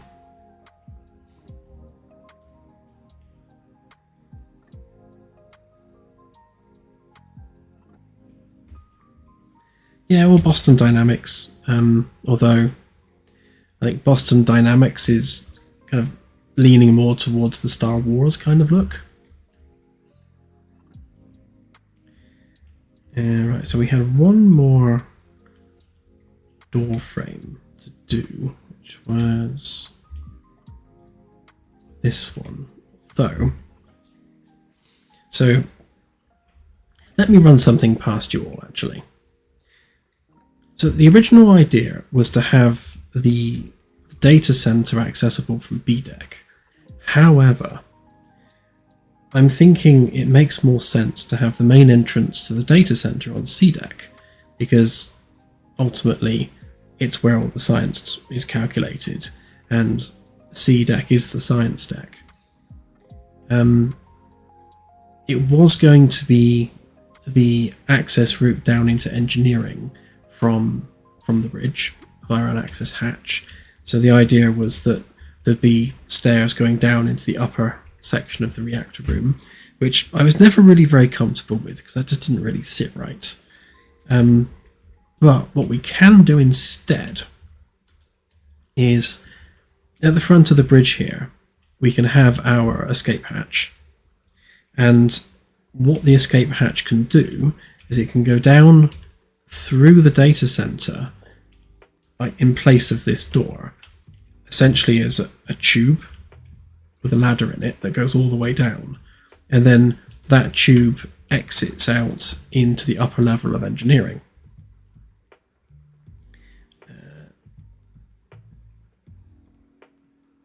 I.e. here.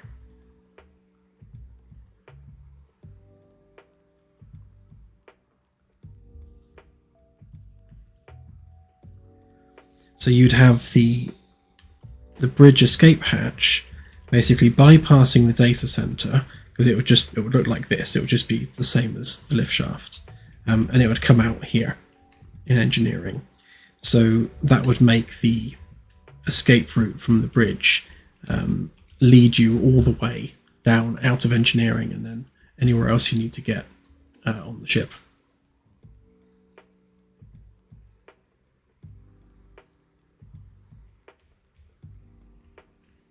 Yeah, exactly, Velvet.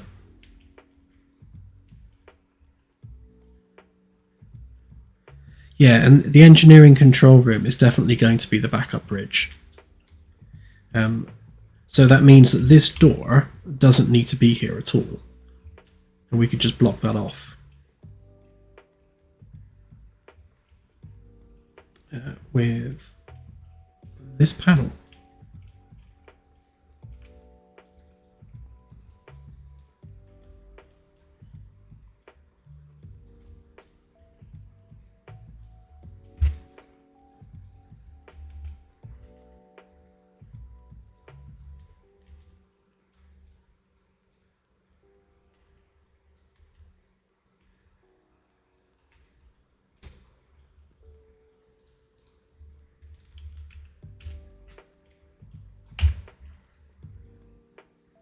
And then on the deck map here, it doesn't really show doors on here anyway, but it will just say data center upper level.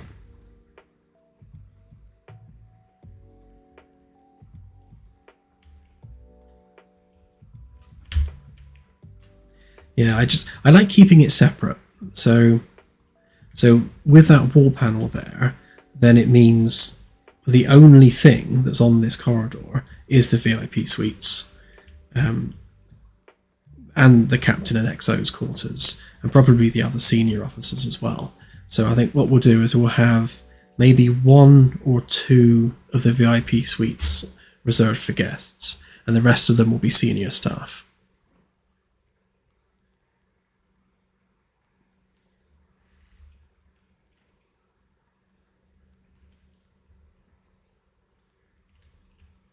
Yeah, so the escape hatch is going to be here on the bridge.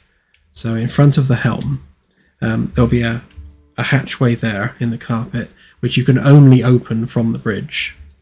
So that just slides across, and then you'll see a ladder and a tube, and that goes all the way down through the data center into engineering. And I'll move these stairs around a bit.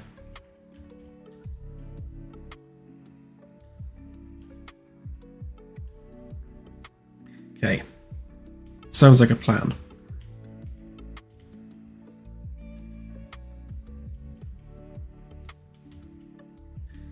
Now, there won't be any family suites on this particular ship, because this ship is an experimental vessel. It's not out there for an extended period of time, maybe a year or so at most, running trials. So it's really not a suitable environment for families. Especially as it's the first ever deep space exploration ship, and the human race has no idea what's out there, so it's not the kind of thing you'd want to take families on for a test run.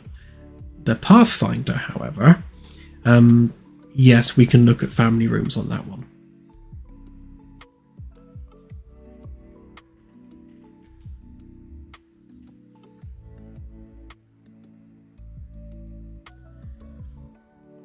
Right, okay, so now that we've done that then, why don't we go ahead and plug up that hole? It also saves me a job because I had to fix the door frame otherwise. B deck frame walls. I keep losing it. There it is.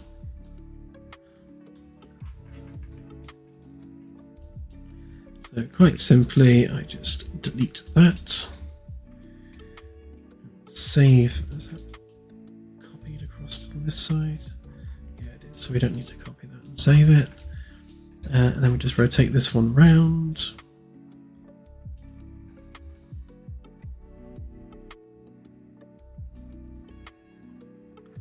Oh, I have no center markers. That's unlike me.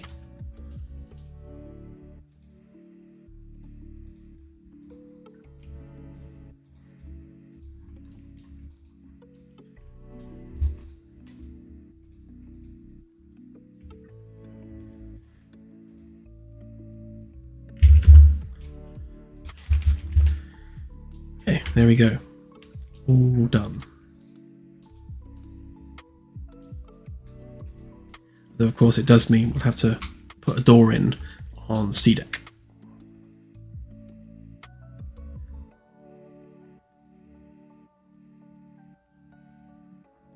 Yeah, the lore behind the Magellan is that it's the very first experimental FTL ship that's capable of realistic deep space exploration, in human lifetimes. So it's going out there as the very first human vessel to explore the stars, and everything on it is experimental. The FTL drive's experimental, the engines are experimental, the whole package is a prototype as to what do we need to make a mission like this viable. It does have a science team, and it's predominantly a science team, and they are there to assess how well the ship performs as a science platform doing deep space exploration. The Pathfinder class is what comes next, and that's built using all of the lessons learned from the Magellan's trials. So anything that's a bit clunky or doesn't quite work right, those things get polished and changed on the Pathfinder, so it's a much more refined vessel. Everything works better, everything's a bit more polished, and everything flows more efficiently. In hindsight, Pathfinder was probably a better name for the Magellan, because it very much is a Pathfinder in the real sense of the word. But it's set in stone now, so Pathfinder will be the next one. And like the Magellan, it will be a deep space explorer. And the first story campaign will take place on the Pathfinder class.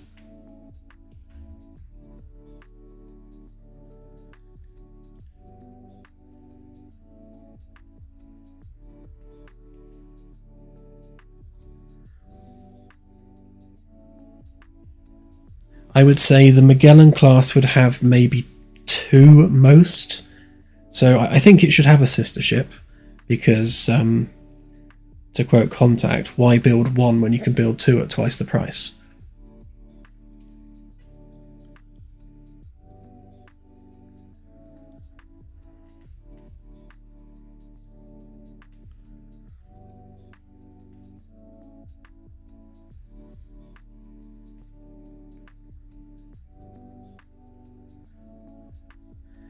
So if XCS is experimental class, then ECS would be explorer class.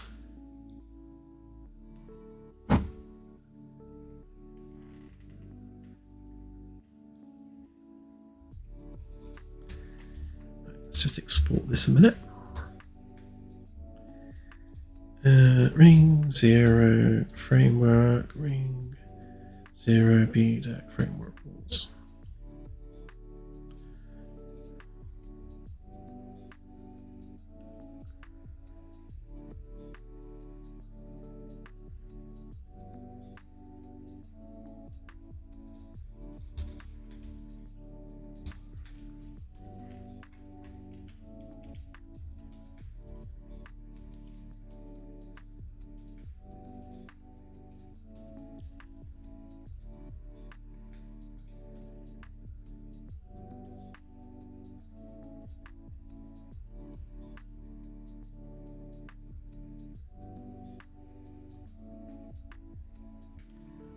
What's that name in reference of?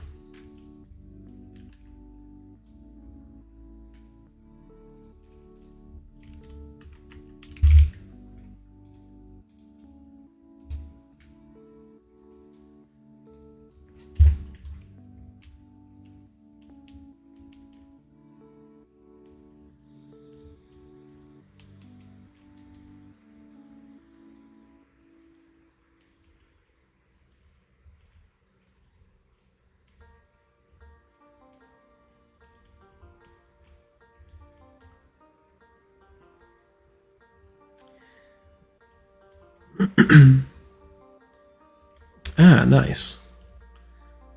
Yeah, we definitely do want to name it after an explorer.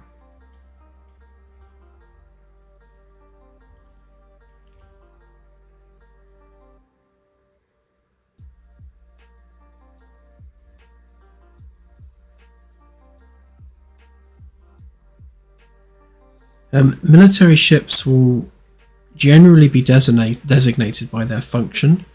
So, like a CCS would be a carrier class. BCS would be battleship class.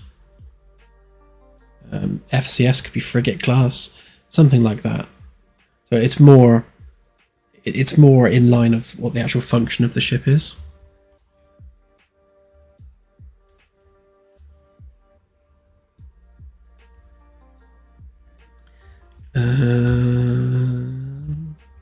Let's have a go at this one. This is going to be an interesting little challenge because it's got that kink in it.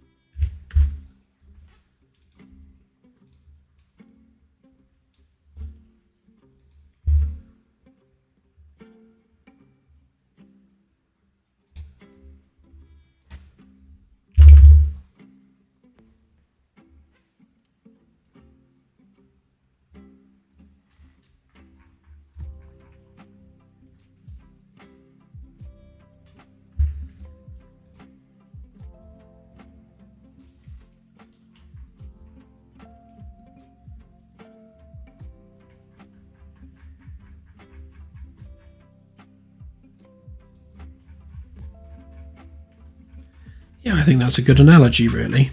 It's yeah, it's the Gemini to Apollo.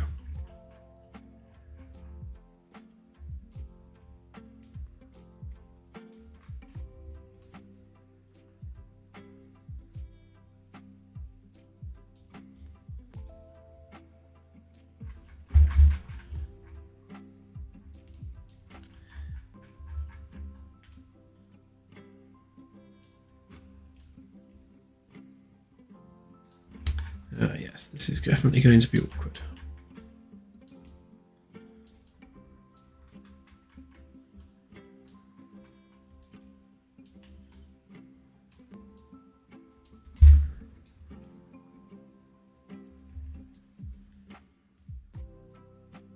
Actually, I've already done half the work there, so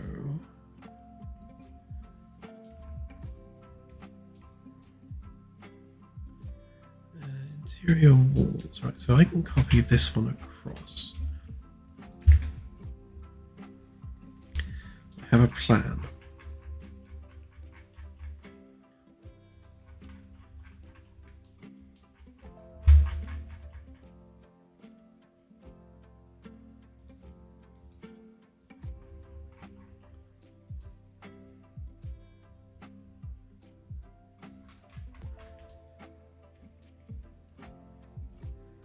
Yeah, so we only need that little bit of curve there.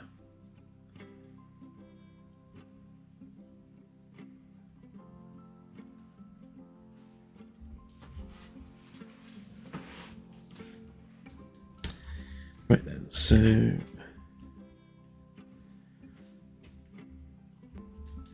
that not a component? No, great, that means I can edit it without breaking it. However it is.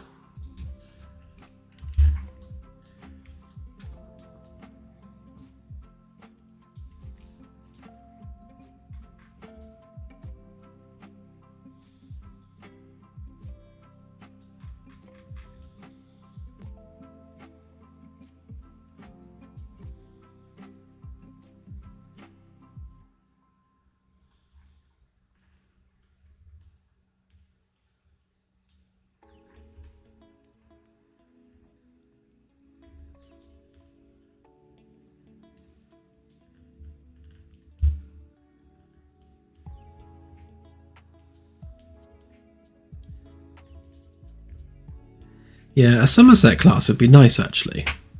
I would definitely be behind that.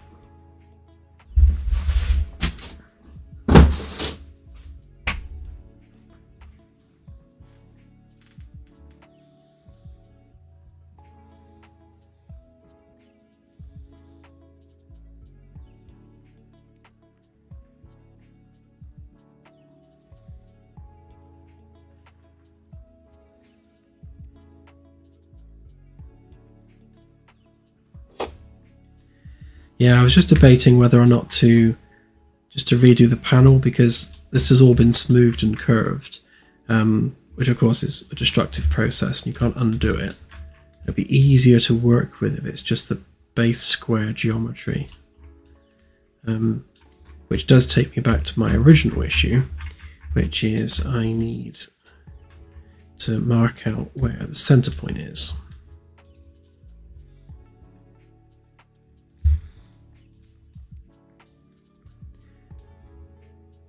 We have made some progress with the dev shed. We had the builder here Monday. No, he's here Monday. And on Monday we discussed the cladding, and we've decided to go with a fiber concrete cladding. It sounds like it'll be like a concrete cladding, but it's not. It looks like wood, but it's non-flammable. So we're going to go with a sort of oak-coloured panelling on the front with dark grey door and windows. Should look very swish when it's done. And I believe he will be starting work on the 30th of September.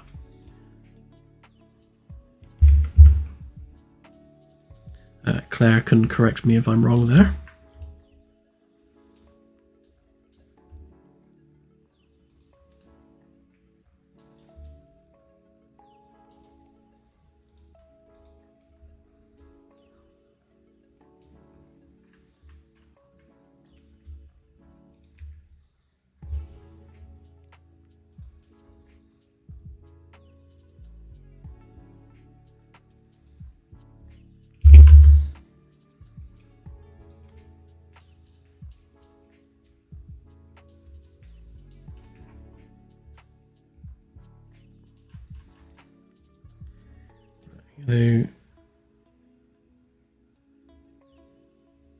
Add this to a scene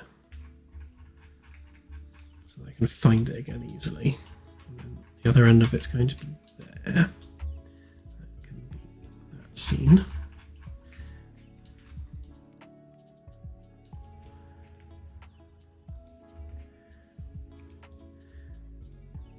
Right, so it goes from there to there, and of course it doesn't line up, because why would it?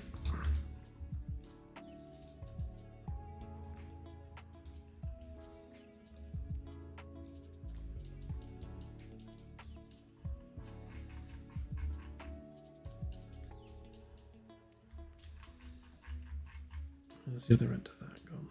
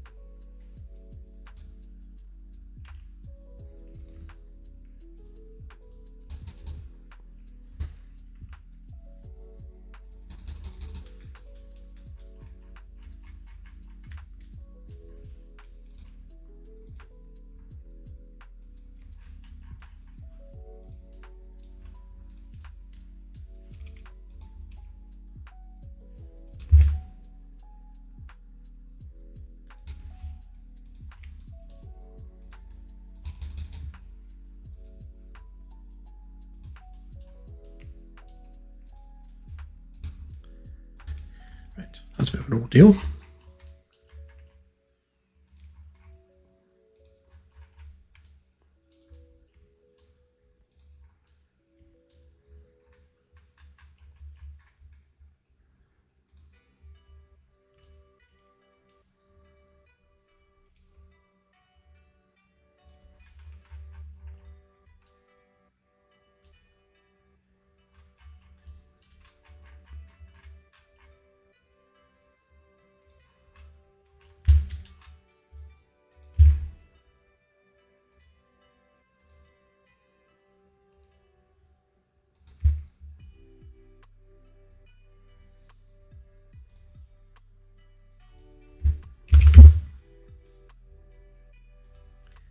Absolutely. Given that I was born in Taunton, then yeah, most certainly.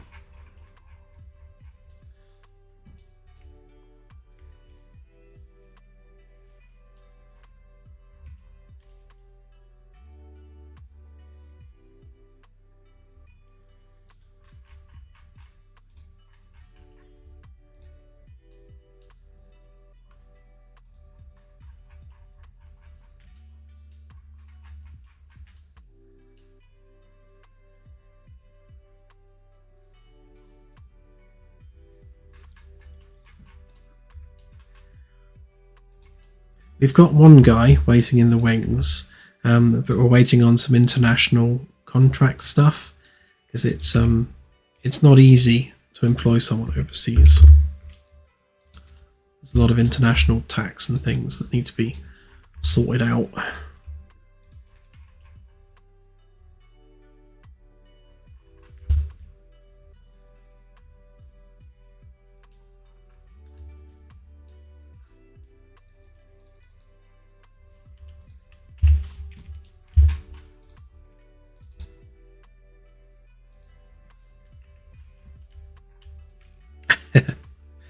Yes, I was born and raised in Taunton. Went to school there.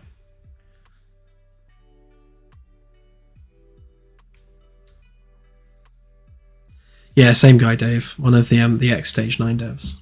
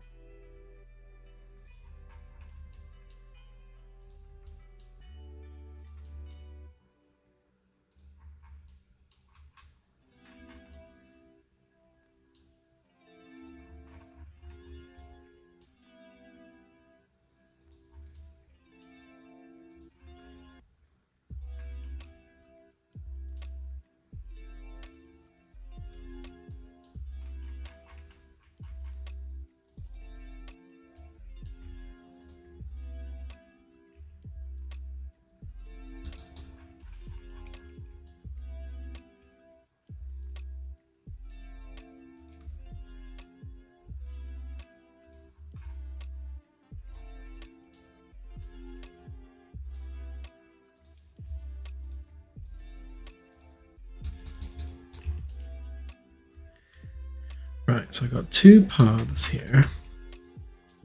And ideally, that one needs to intersect with that one.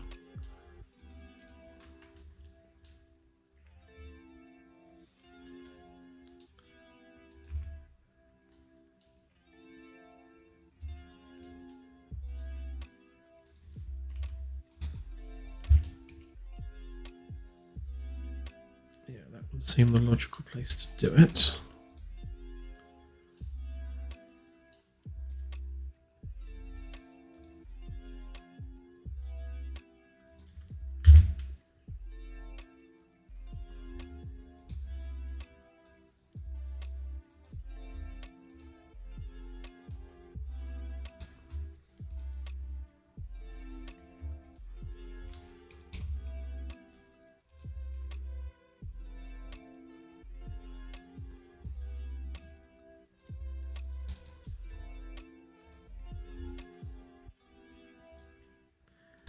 Okay, that's our straight path. That's our curved path. There's a horrible, not enough edges bit of curve there, but might smooth that out after.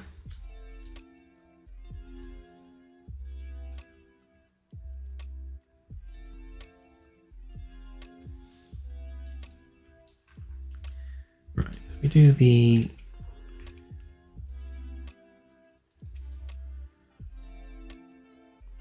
I might do is do it the same way I did the scary wall. I just do one face and then extrude it. Yeah, I will. I will do it that way.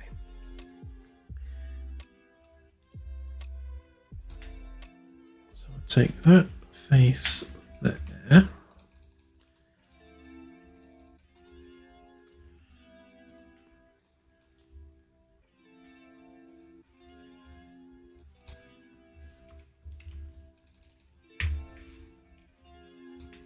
That's face number one.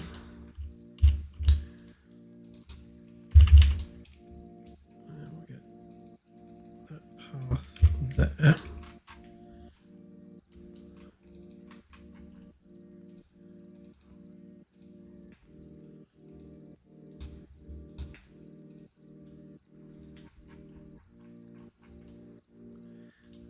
There's face number 2.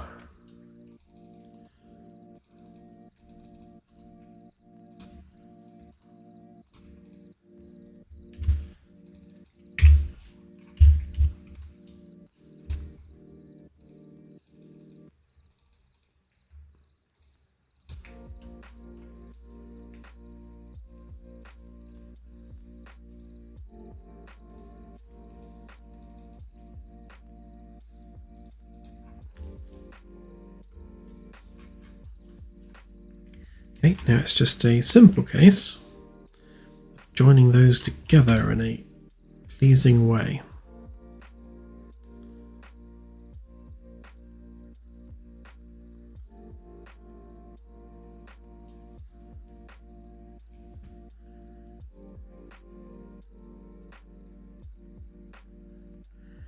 Bunker Junior. So most of the damage that you receive will be repairable on the fly. However, it would be good if there were things which you couldn't repair on the fly. And I think maybe major reactor components could be one of the things on that list. Because we want the ship to... Well, we want that to be a reason to turn around and head for home. Otherwise, you could just stay out there indefinitely. So yeah, it's just a case of deciding what makes the most sense for that.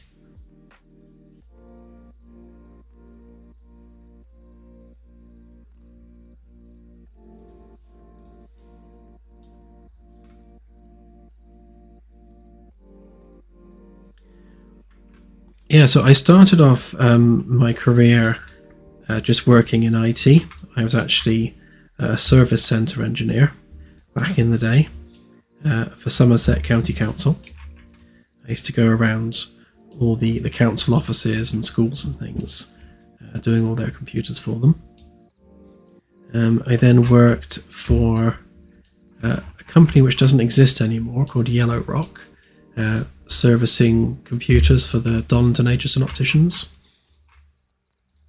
And then I went freelance for a while, just doing sort of freelance computer repairs. And then I ended up moving back to Somerset because I'd moved over to Essex at that point because of a girl, as you do. And I ended up working for EasyNet, which was my ISP when I was growing up. And I ended up actually working for them because they were based in Shepton Mallet in Somerset. And then I ended up rising through the ranks, and I became their change manager. So that's change manager in the ITIL sense, doing change control on the global broadband network. And eventually we were bought out by Sky, and we ended up supplying services for Sky Broadband, but they had their own service centre. And in the end, they got bought out by Interroute. Interroute were a much bigger global connectivity provider, and I retained my change manager position for Interroute, which was exciting because that was a much bigger global network. And then eventually they got bought out and I got made redundant. So that's when I started game dev as a hobby and then a career. So it's one of those midlife crises, really. I've got made redundant from my job, wondering what to do with my life, and ended up becoming a game dev. Although I had been sort of modding and tinkering with development my whole life. I've been a gamer since a very, very young age. I wrote my first code at the age of 5 years old on the Commodore 64. Which is a classic machine.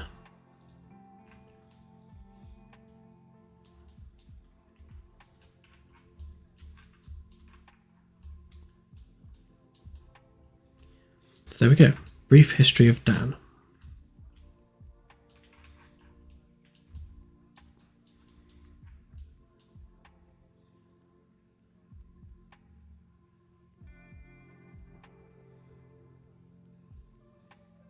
Oh, that's cool, spot gun. Yeah. Yeah, the actual sky lot were downstairs from us, so the building had 2 floors. Sky Broadband were downstairs, and then we were upstairs dealing with all the commercial customers.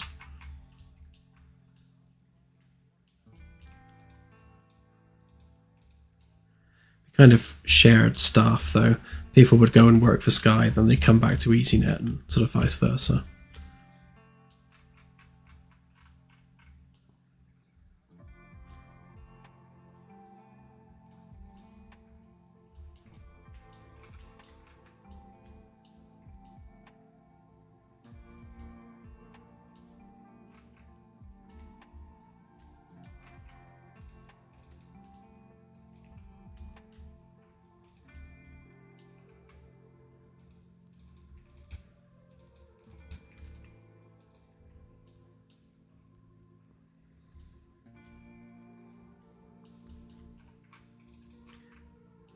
I was born in 78, so I will be 46 in about a month or so. October 25th, if anyone wants to buy me a cake.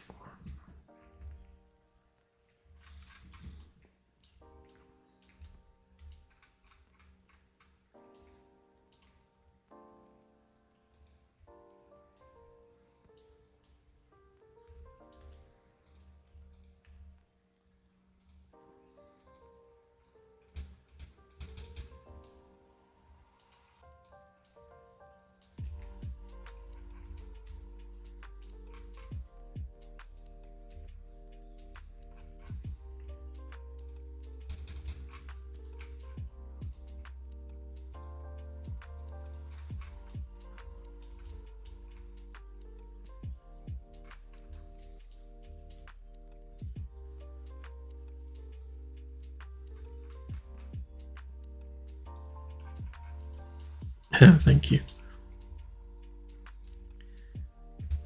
Yeah, I wouldn't go as far as Mozart. I was copying code out of a magazine with my mum.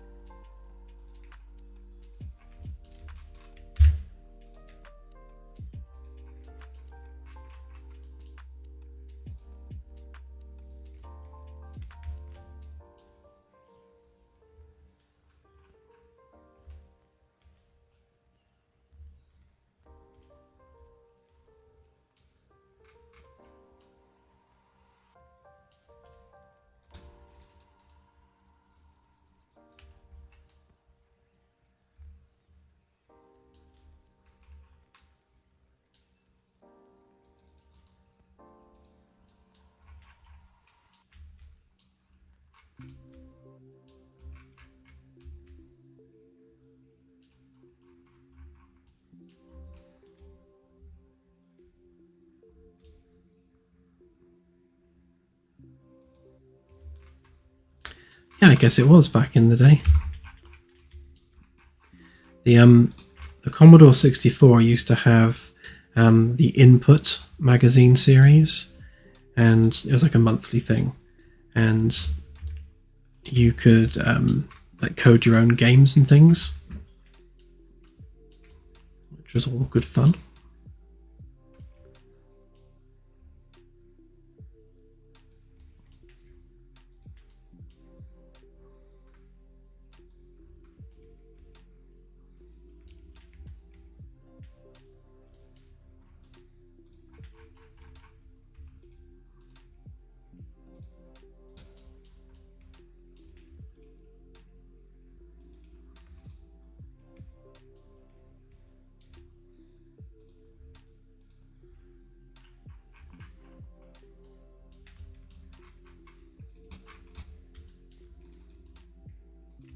Yeah, it's true. It was very, very manual.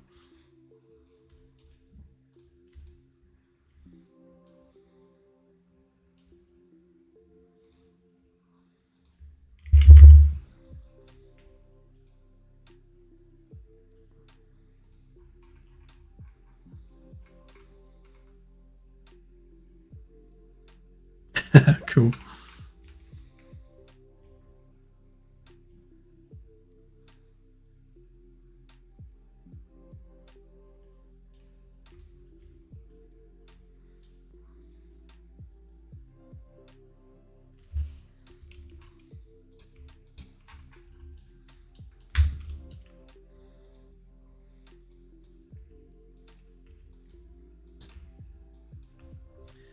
BBC Micros, I used to service those.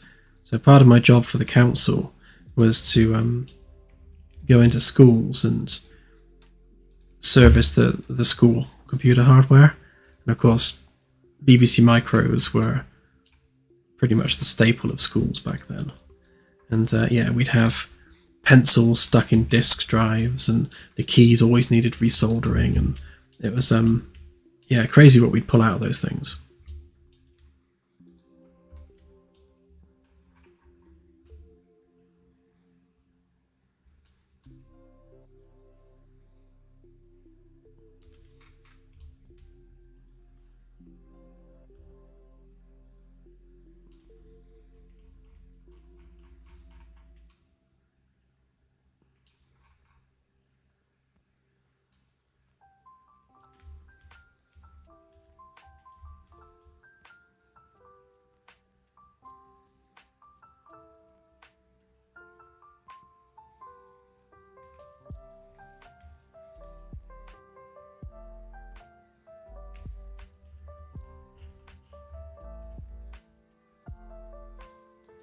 I think if I, or rather, because there's lots of ships I both want and need to build, I think the one that I'm most excited about building would be the one that's inspired by Stargate Universe.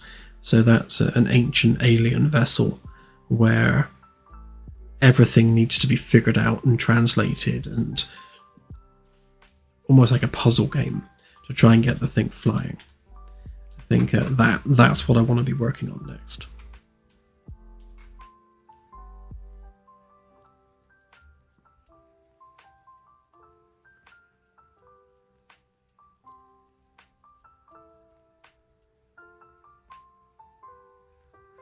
Hey Jim, good to have you on stream again.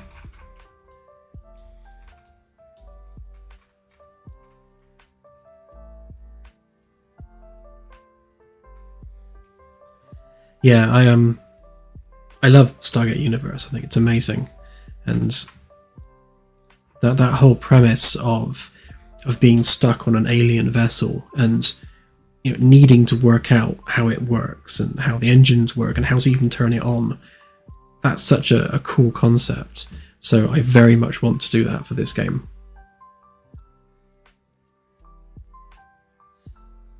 Yeah, Destiny is my favourite sci-fi ship of all ships ever. It's yeah, a really, really beautiful design.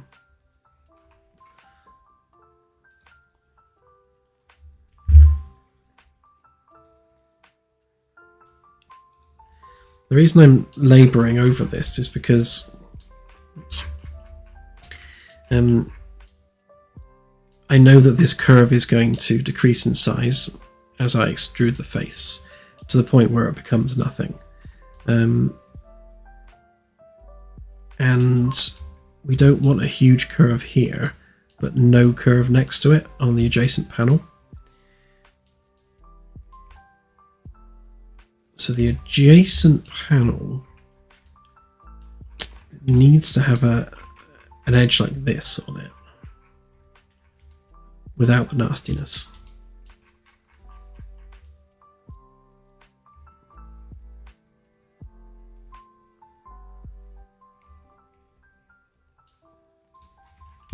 What I'll do actually, I will add in the edge of that framework bit so I can see what I'm doing. So this edge here, which is, I think it was 10 wide, 15 wide.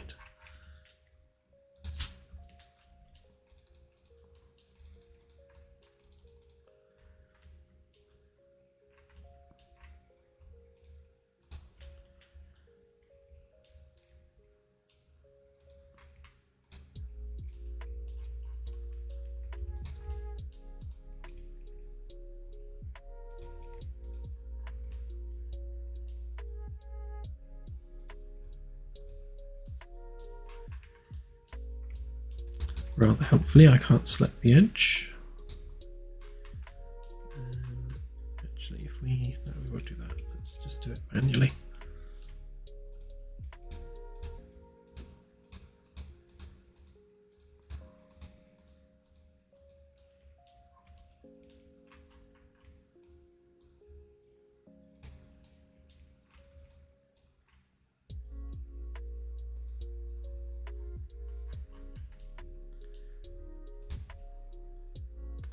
Oh, of course it would give me an error. Right, just make sure there's nothing weird going on with this. Oh yeah, there definitely was something weird going on with it.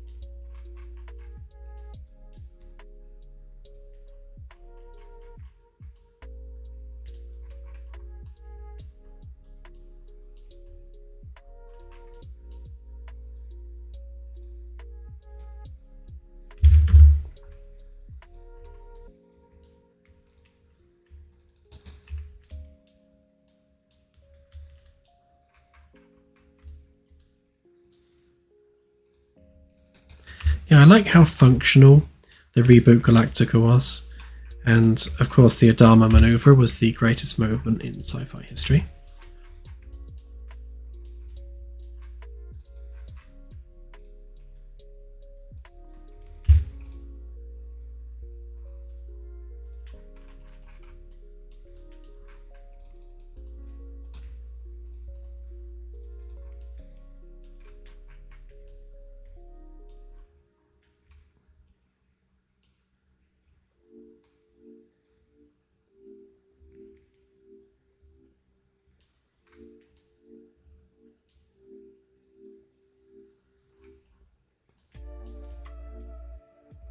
So say we all.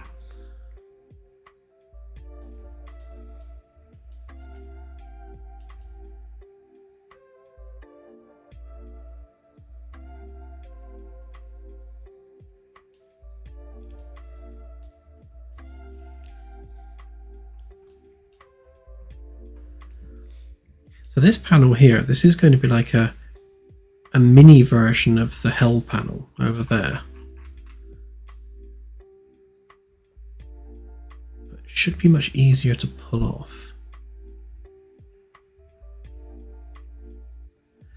And what I'm going to do this panel here, because that will give me the edge I need to work out this bit here.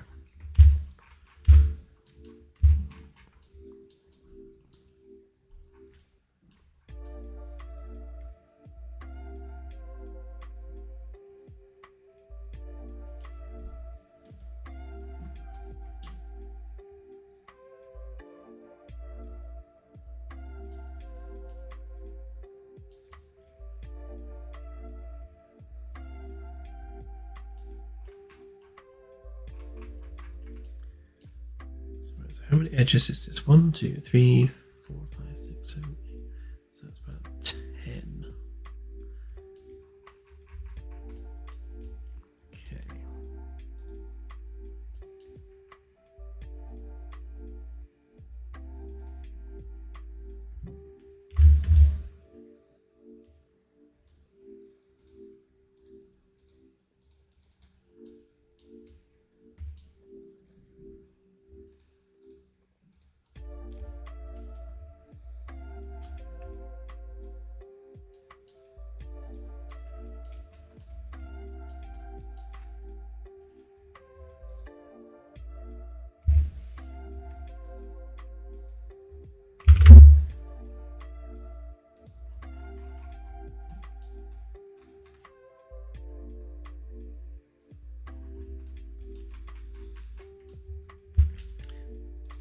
Welcome to the dev streams. I would help you with your name, but I don't know what it is either.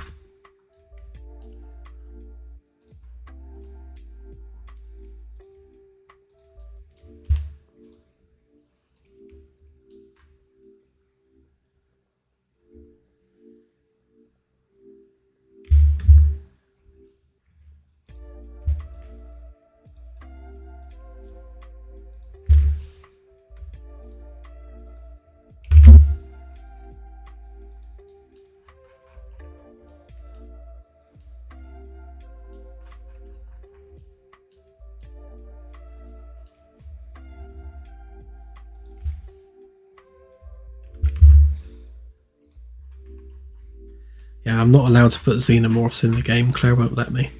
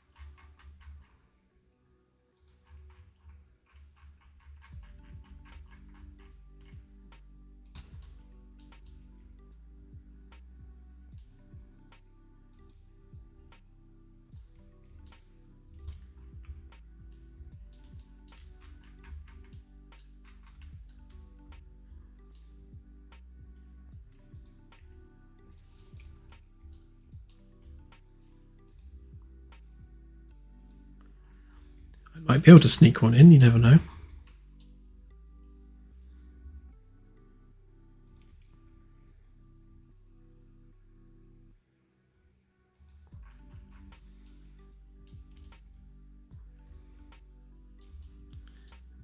Have a good one. Have fun learning.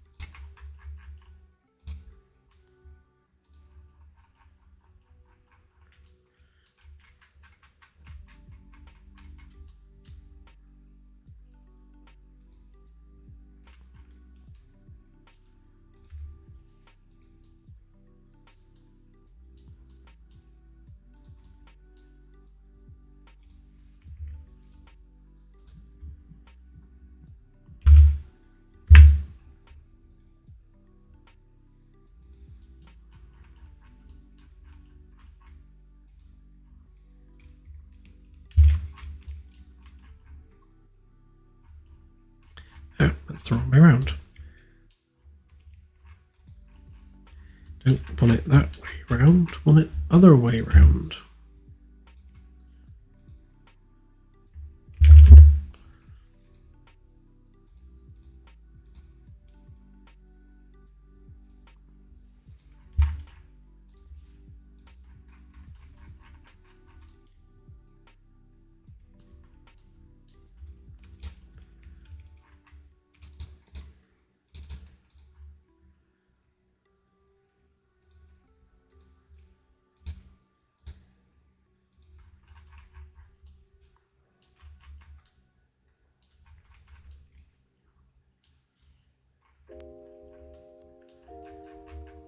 Okay, so far so good.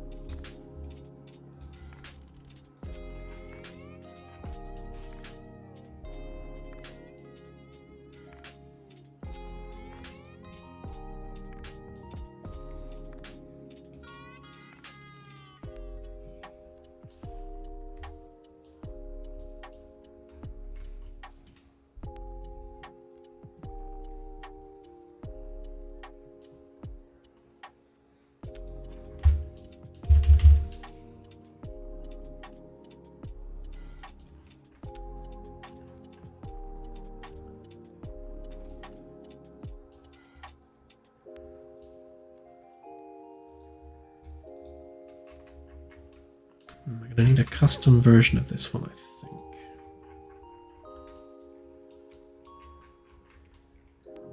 Yeah, because it's going to have to do a flick at the bottom.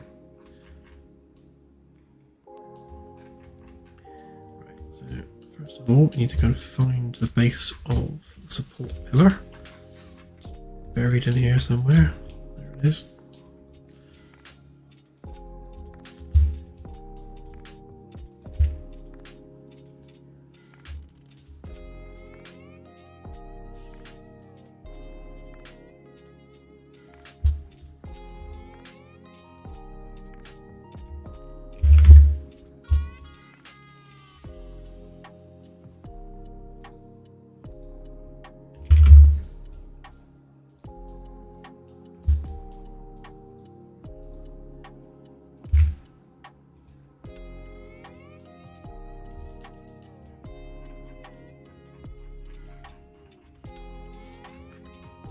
Okay.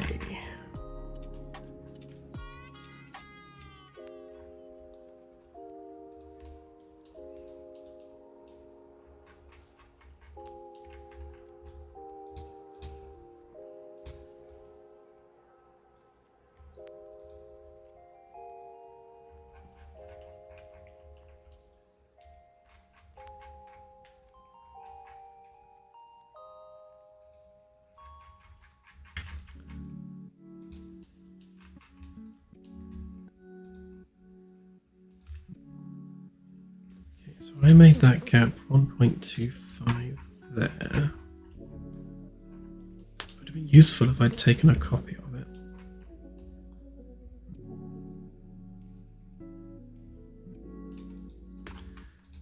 I wonder.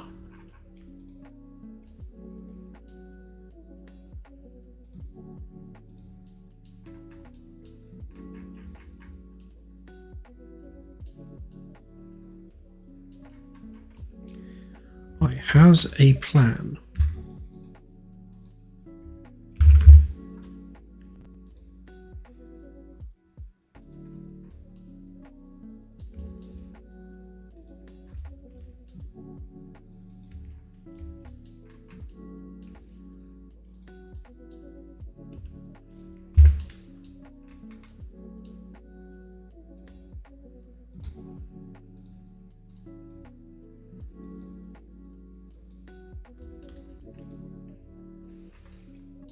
Ta-da! Instant template.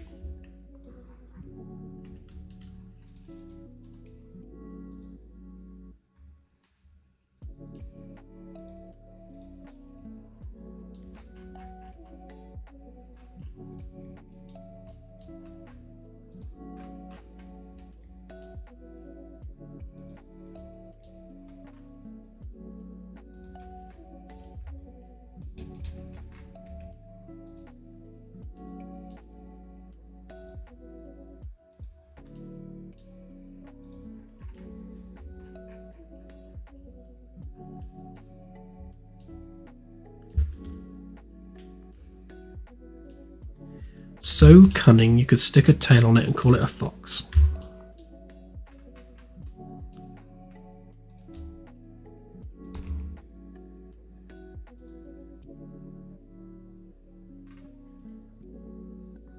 Indeed, that was a direct Blackadder quote.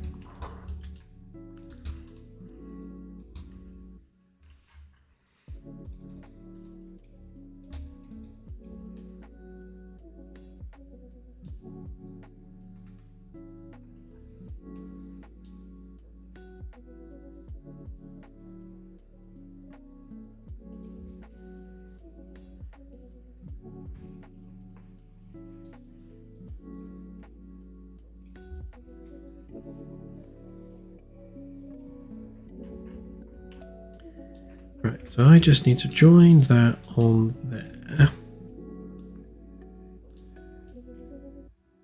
Yeah.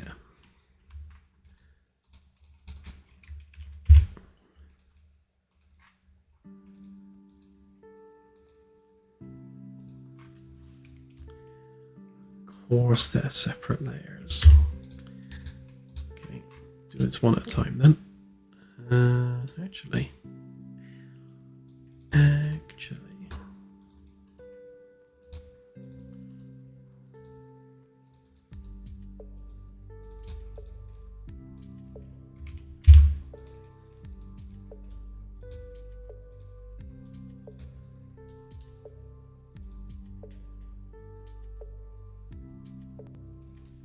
That's a better way of doing it.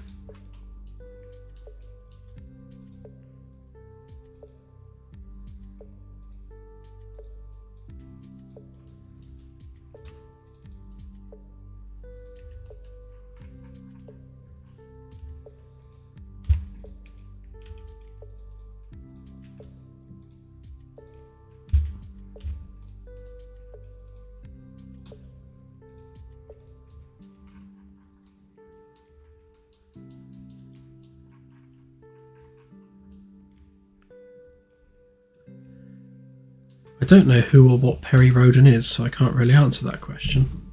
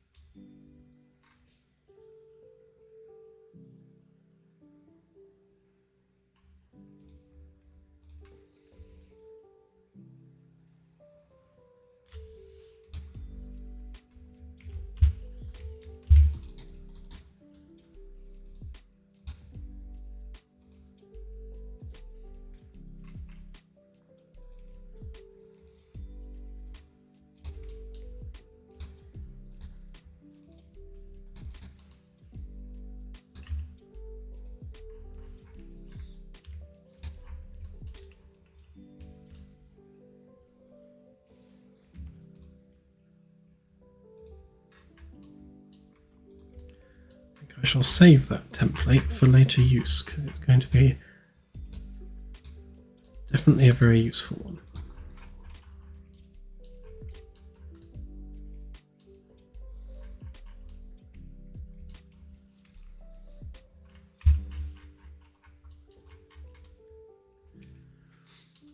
Right, so now that we know where that wall panel needs to go, we know that this one needs to adhere to this curve. Just to be awkward.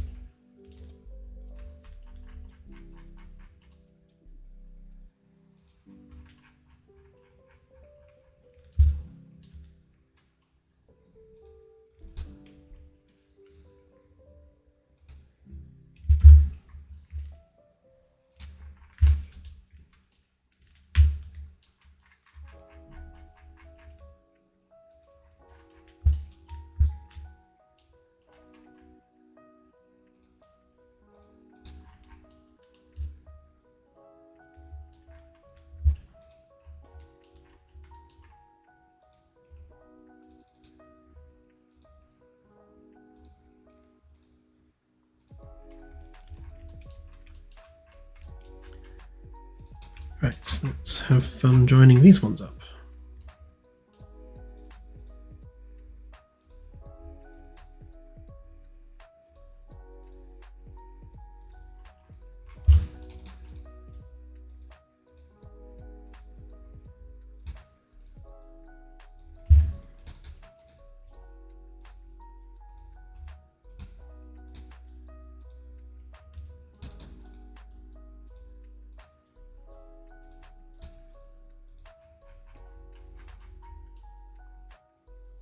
Ah, they still have rounded edges, that's no good.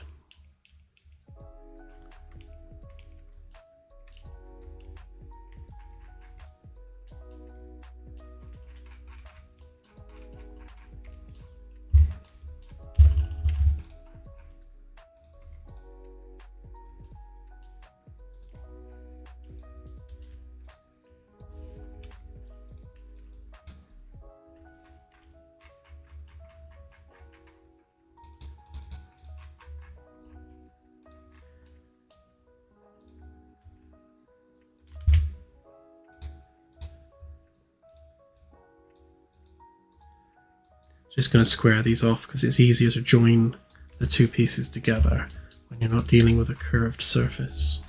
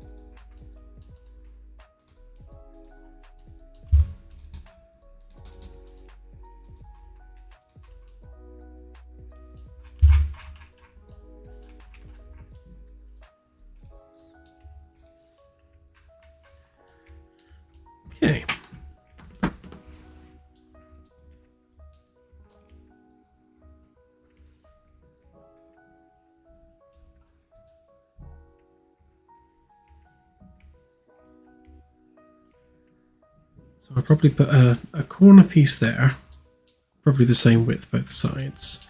Maybe 2 along there, and then join it up with this one. And yeah, these 2 will just look like this. It should join up with this one.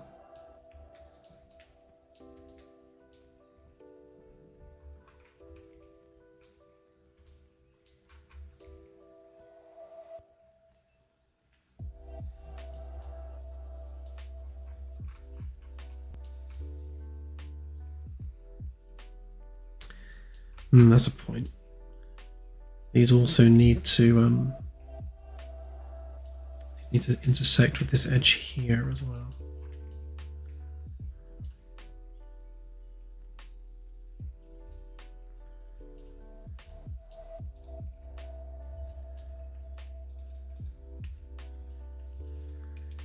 Right, so if I add that to this group and then explode that group.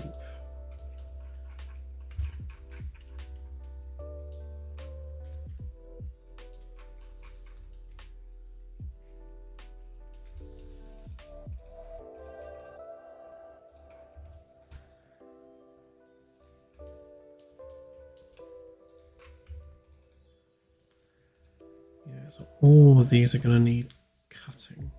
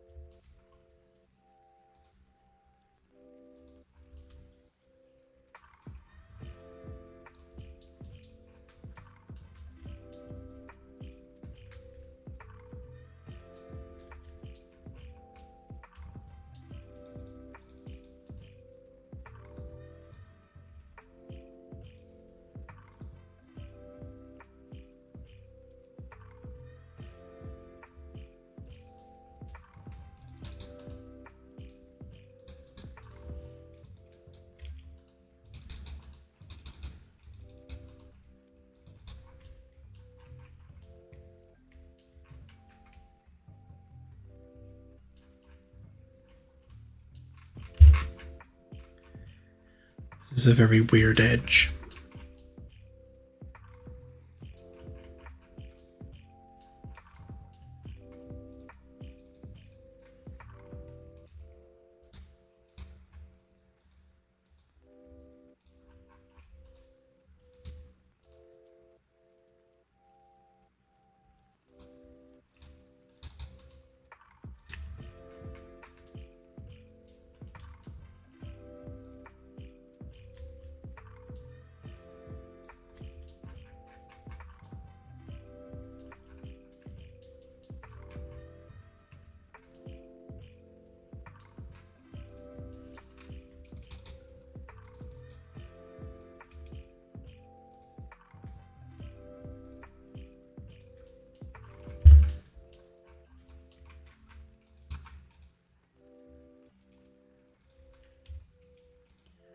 Yeah, it does seem to be turning into Scary Wall Part 2, doesn't it?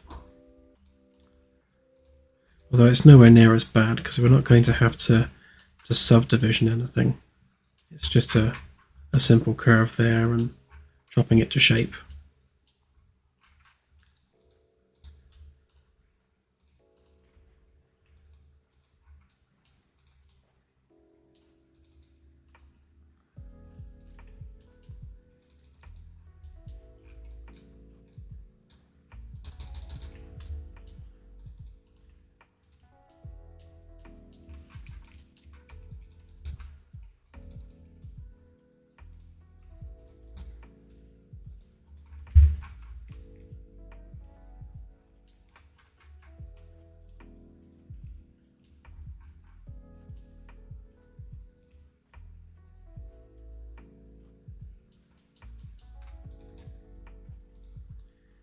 Hindsight, I should have cut this a bit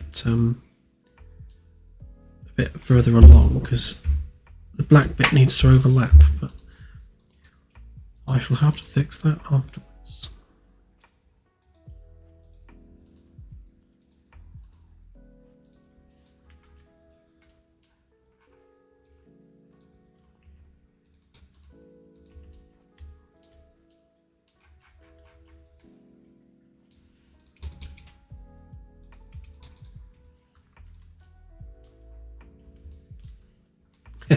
Yeah, a Borg cube would be much easier.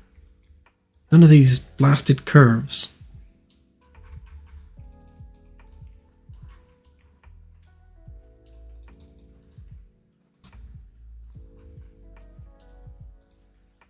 Like, why would you make that a hole?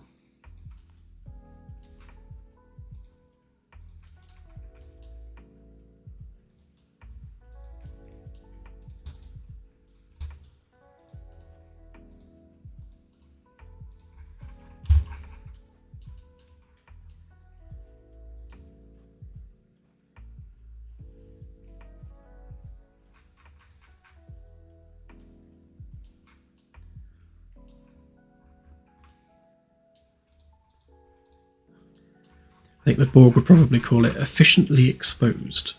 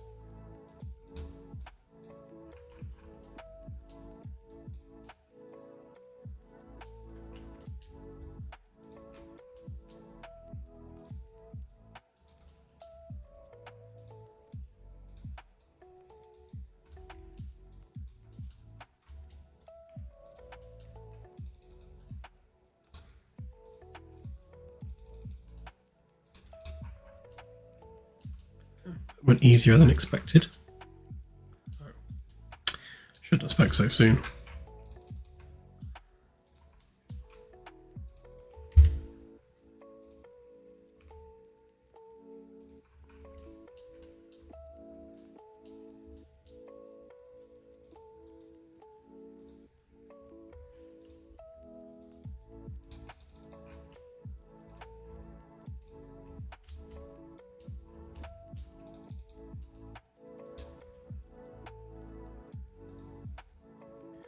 See you later, Spudgun. Thanks for joining the stream.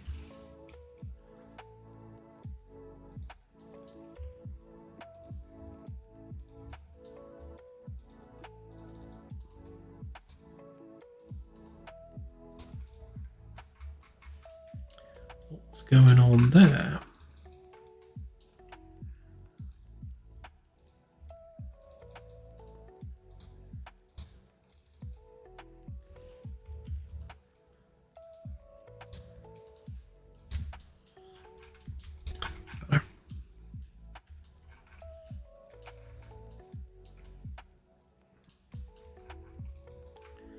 Right, what curve were we using on this? I can't remember now.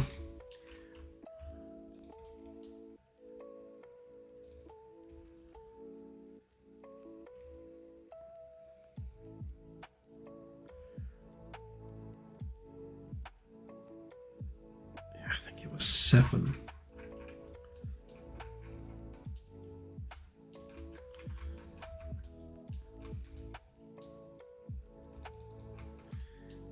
Is that more or less than 7? Less. Right, okay. So what we'll do, so we will plonk that over there.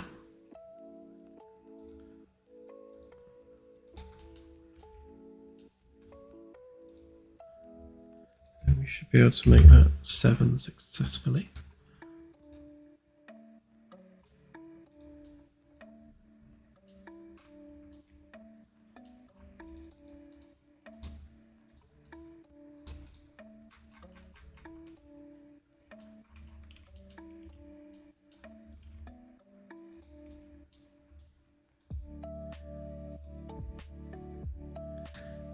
Actually, probably a bit narrow for that. Let's extend it out a little bit.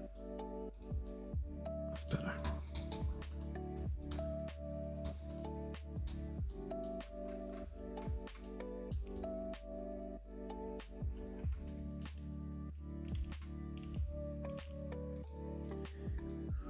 More edges.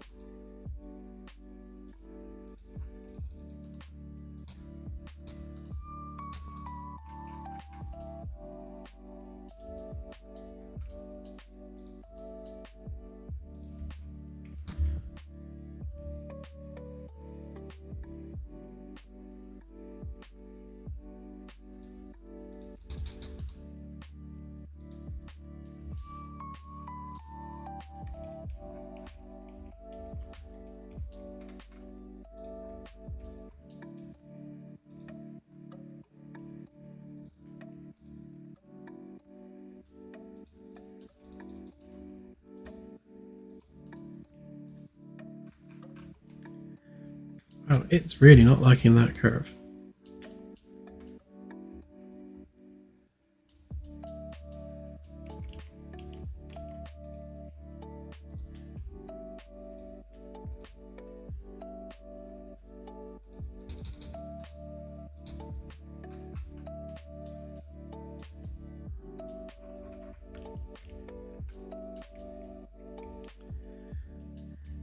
Okay. Change of plan.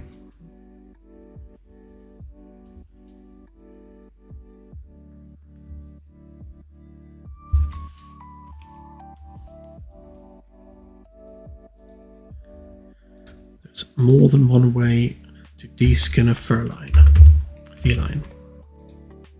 Defer a feline, even.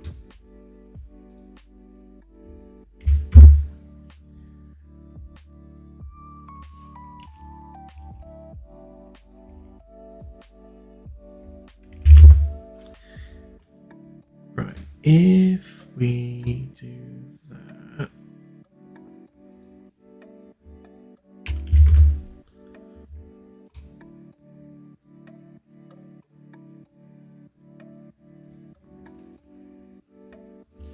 give it a bit more faces than that, I reckon.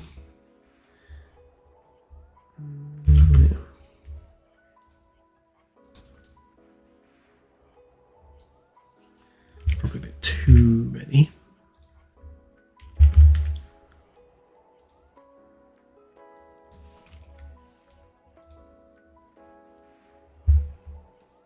Okay, there we go.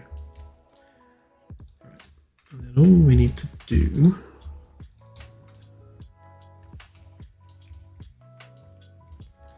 is just slide that along there.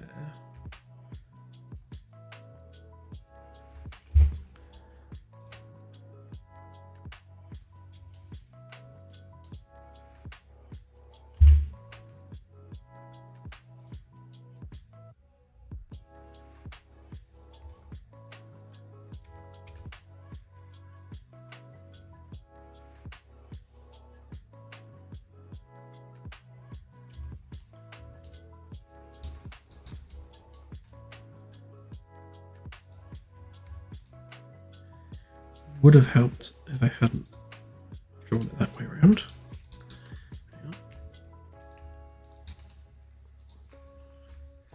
Do it as a group, then it can't get stuck on the geometry.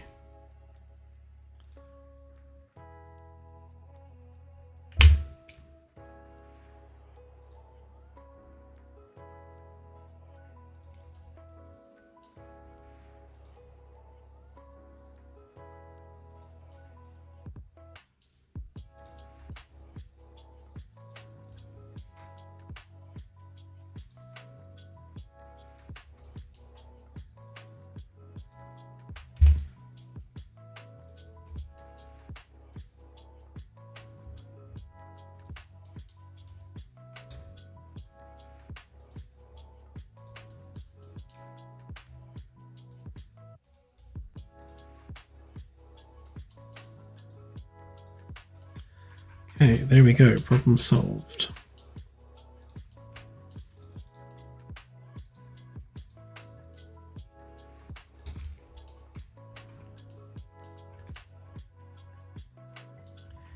Much nicer.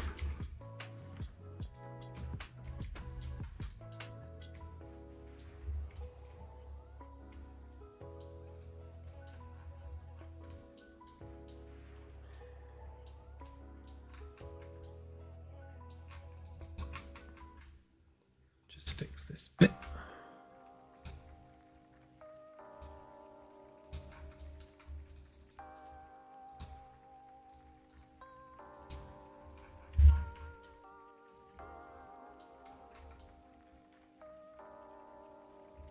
Right, so I need to bring this edge in by half a centimetre to give it the lip that we normally have.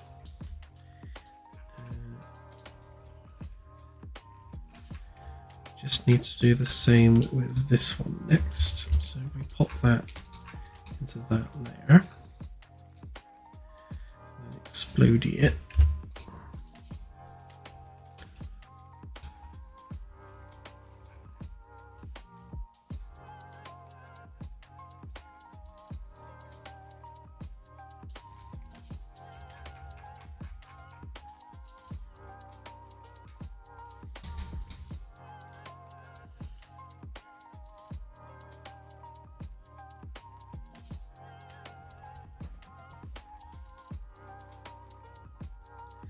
Hello, autosave, how are you today?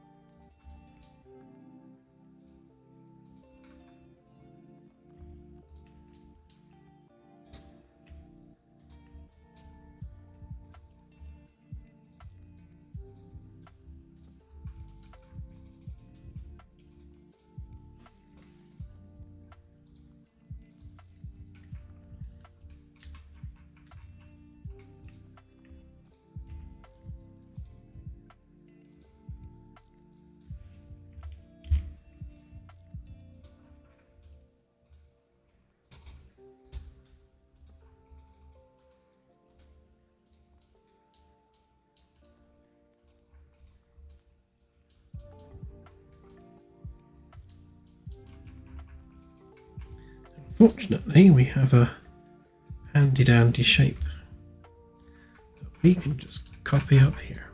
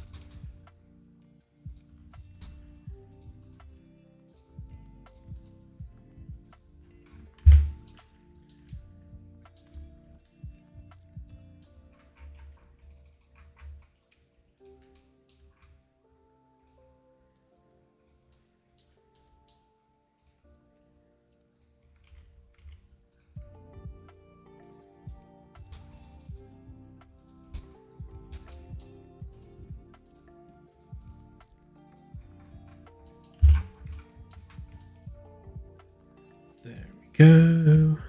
Another bit done.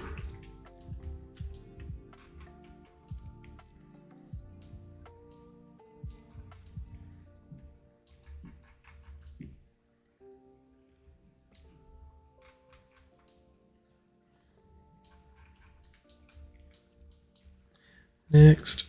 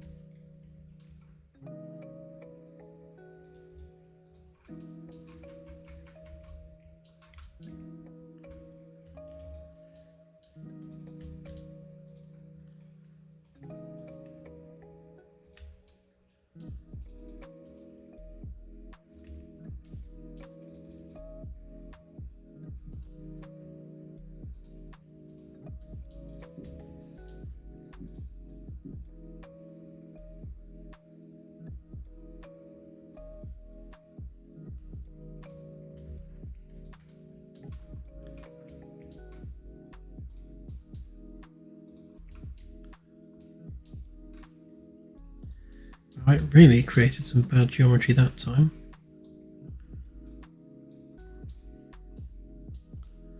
Be gone, be gone.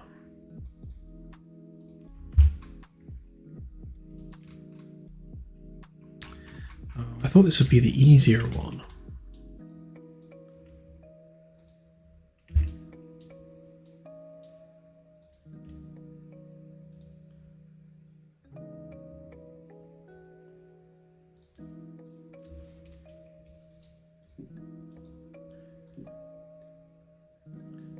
Sure thing, CSI. To be honest, I should be making tracks myself at some point. Otherwise Claire will have my head.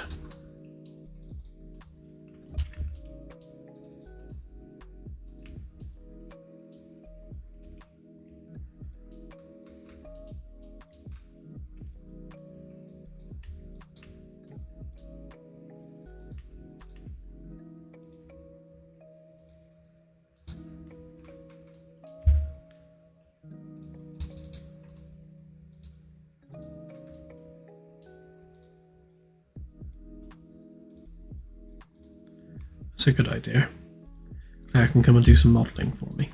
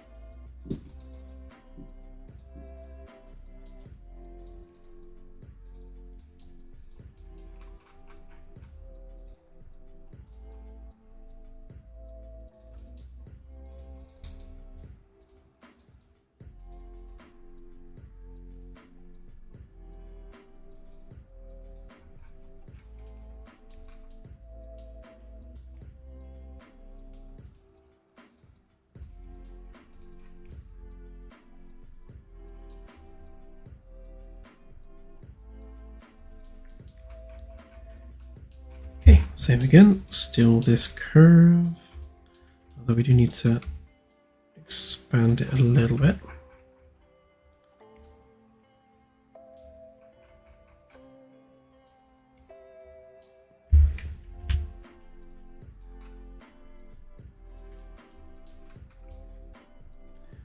We've got quite a few people that are genuinely interested in 3D printing the ship, which is awesome. Yeah, if you're doing it literally every wall panel, then it's going to be a fun challenge.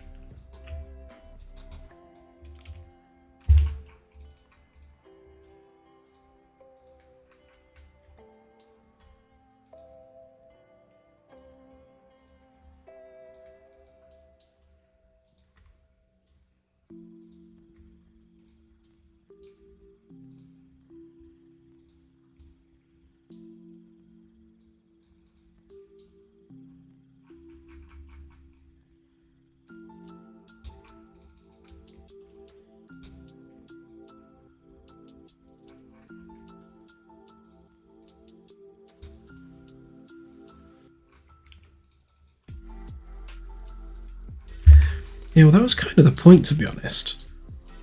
Apart from some of the more weird panels like this one, you know, it's all designed to be quick and easy to manufacture.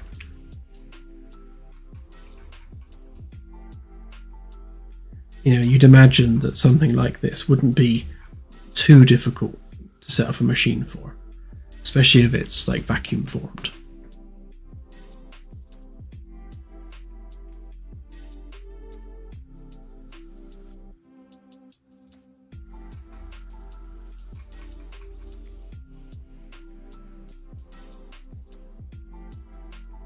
They're all still in line.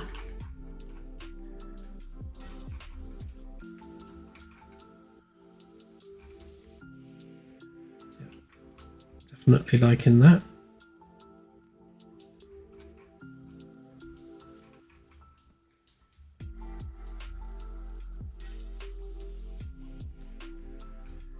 Right, last one.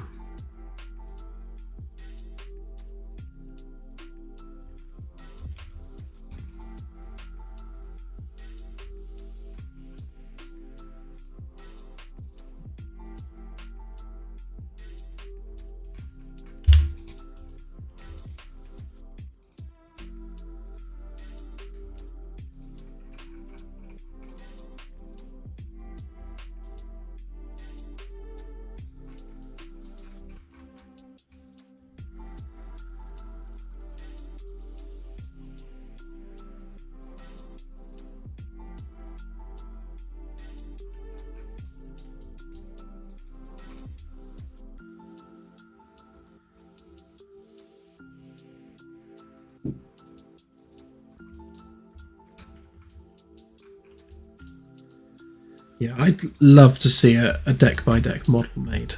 I think that would be really cool.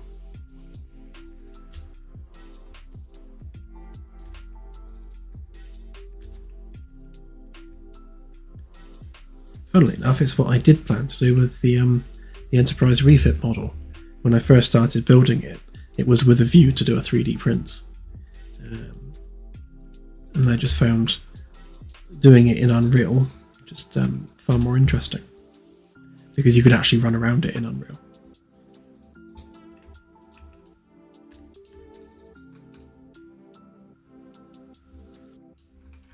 Oh, lost it. Where'd it go? There it is.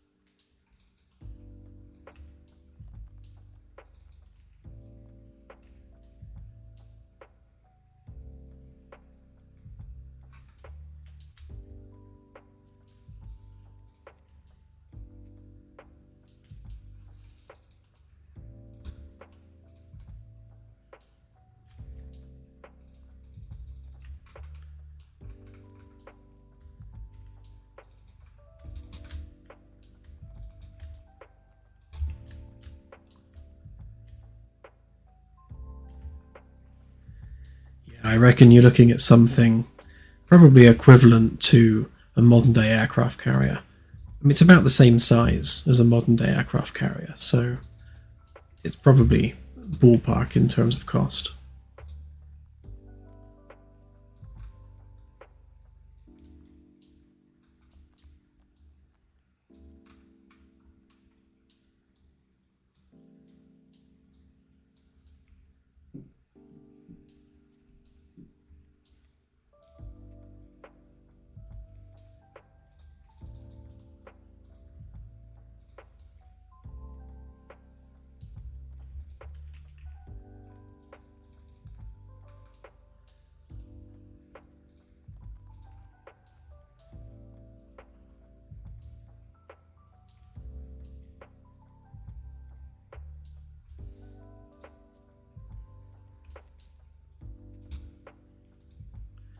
You know, the idea behind this is it's it's built in orbit.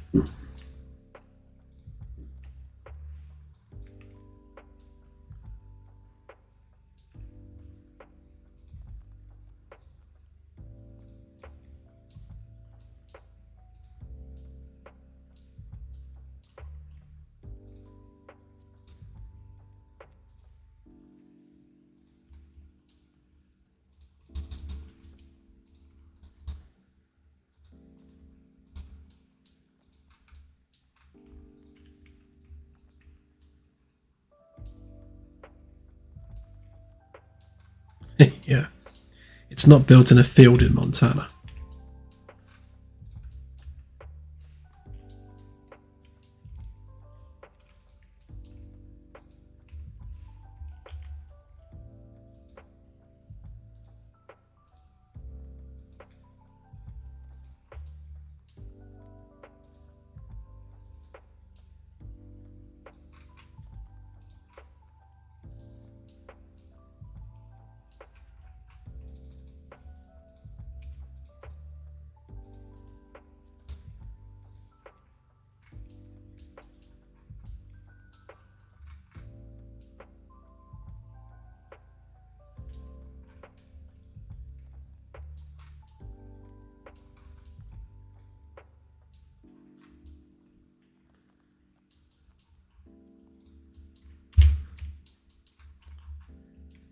Okay, and for the final touch, we need our circle.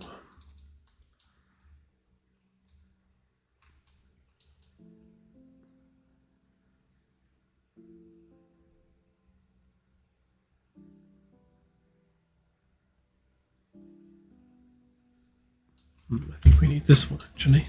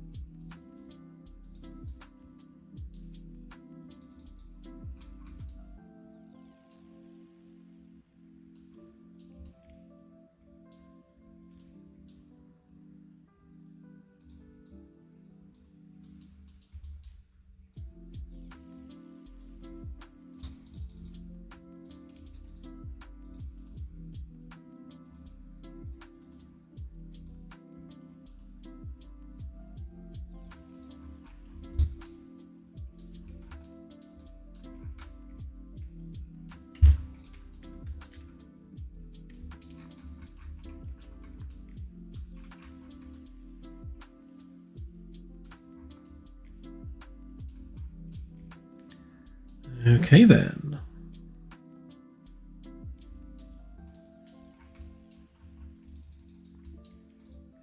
Got ourselves a panel.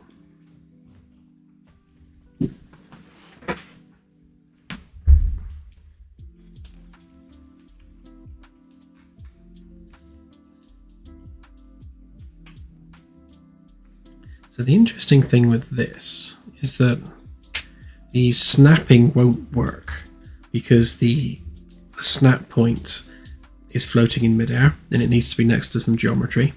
So I'm going to have to position it manually just by typing in the coordinates. So where do we give it its origin angle from?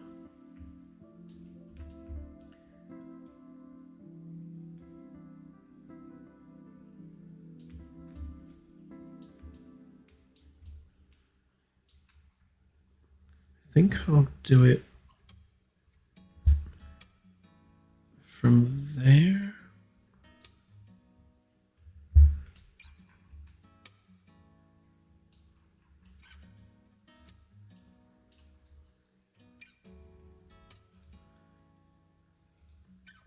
Because that's the middle of this circle. And then we need a kind of a center line for that circle.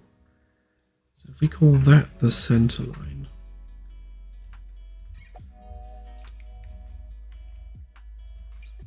except we don't want it to be that big.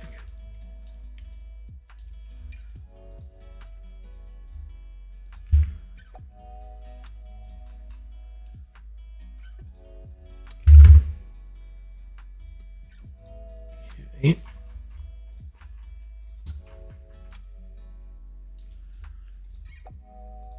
Now if we set the axes there, and then we group all that up, create a component from that, and set the axes in the same place, and that will become its world origin for the game engine.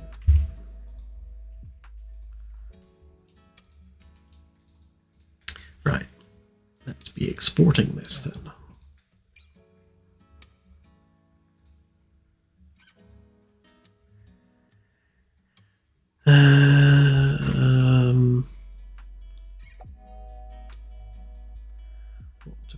What to call it?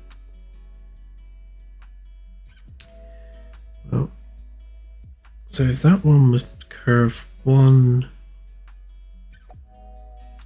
curve 2, okay, I'll call this one curve 3 and just carry it around. Spell it right.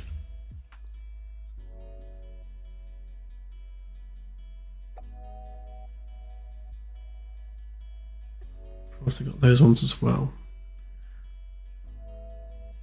Call them curve 3 rear or something.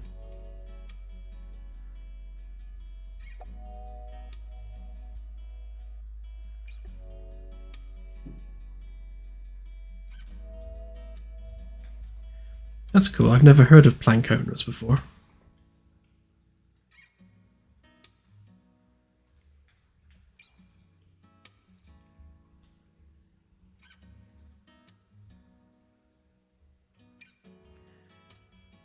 Curve 3.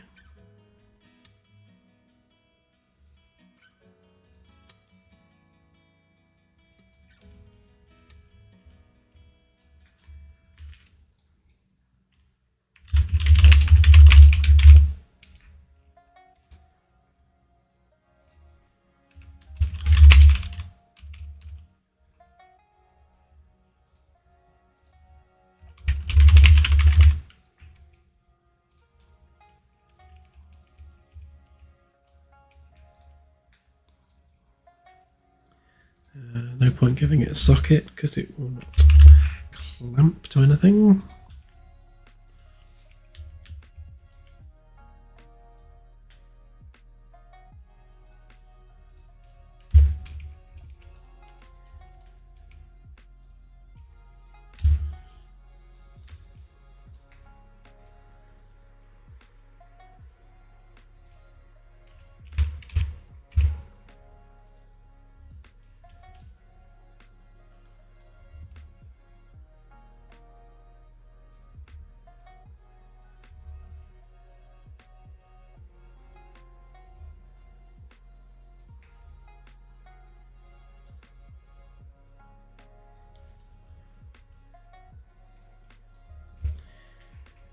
So in terms of its positioning, all I need to do is grab that. If we hover that over there, it tells us that it's 1522.777. So 1522.777. And then minus 755047.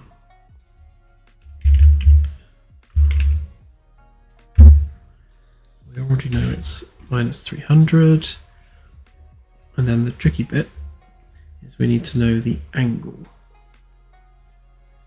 which would be the red direction to that, the red direction of the component, which is 28.843 degrees.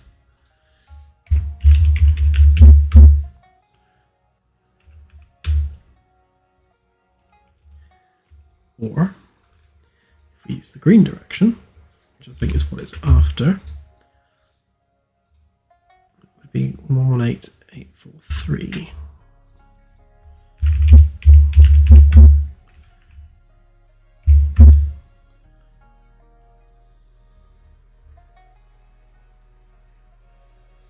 Nope, not quite. Okay, let's try the other red direction. 151.157. Ah, there it is. That's the one. Okay. Unpanel.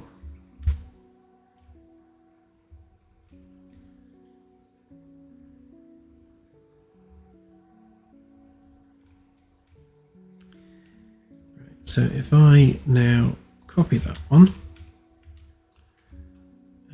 Oh, actually, before I do that, I will just set up its text render.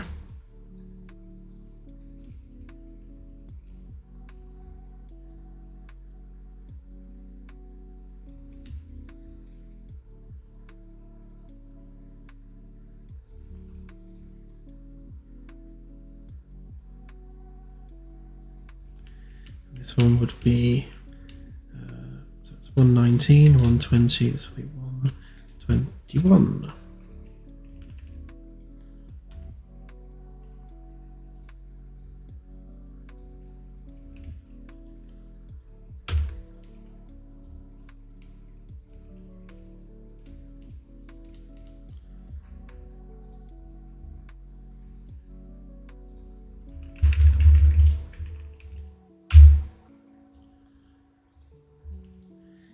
Now I can copy it.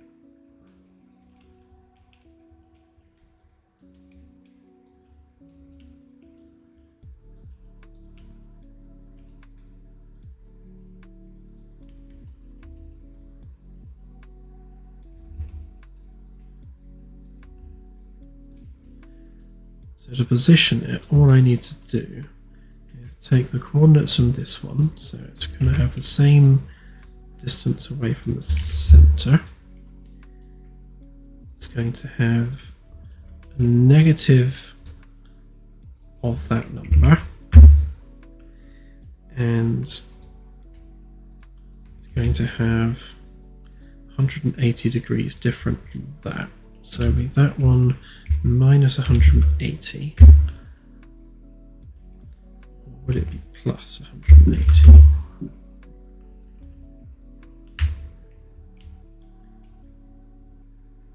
Minus 90.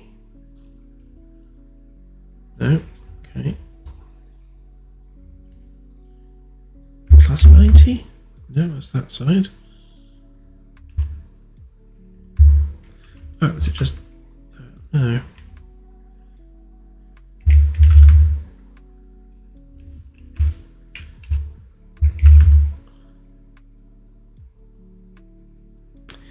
Oh, of course, it's mirrored, isn't it?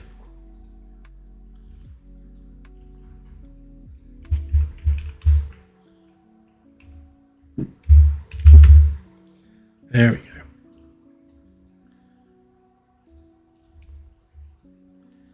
Of course, the label transform is going to be mirrored as well.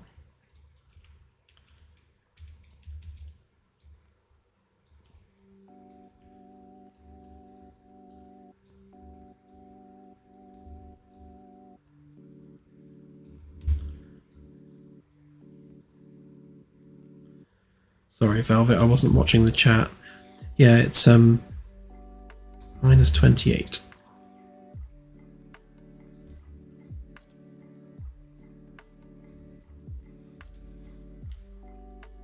So 12, 11, so this one would be 10.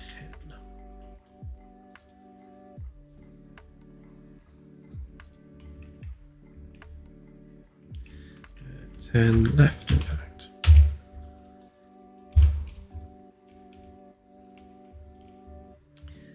Okay. Another panel bites the dust. Well, on that note, it's been 4 hours and 20 minutes pretty much, so I shall call it a night there. I have nothing specific that needs fixing now, I think, so I think I should be able to just put this build straight out as is, so you can have a go at muddying up some carpets and watching the Roomba clean them up for you. I think, yeah, so these are all clean, they're not all dirty. Oh yeah, that one's dirty. So you need to make sure I set the right data on the meshes, otherwise they'll think they're dirty. So that one is 0.75. How about this one? Yeah. You as well, you also need to be 0.75. Okay. You're clean, you're clean, you're clean.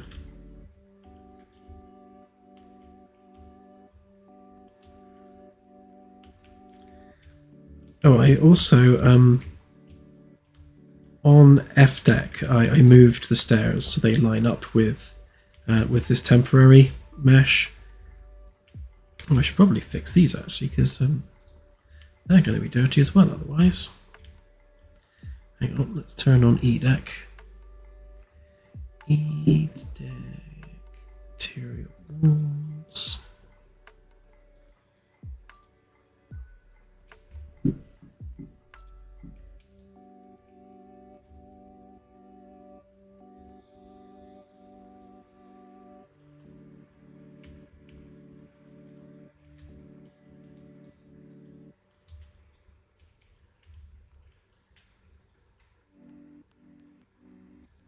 Ah, yeah, framework walls, that's the one I wanted.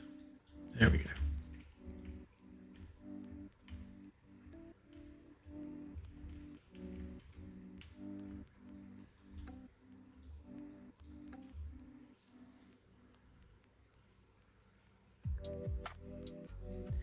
Good question, Delta. I think as many as needed, and we'll judge that based on how messed up the decks get. That's what I love about doing it in a simulated way. None of this is pre-programmed. It's like the floors are going to get dirty, and the Roombas are going to clean them. But the number of Roombas we need is based on footfall. So it's a really organic process. Like, none of it's hard-coded, and I love that. Right, so on that happy note, I shall leave it there, and I shall go ahead and start packaging the game, which I shall do now. So this is going to be version 40.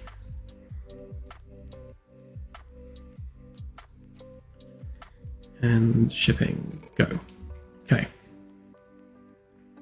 Yes, I shall see you all on the Sunday stream. Have a good one, and bye for now.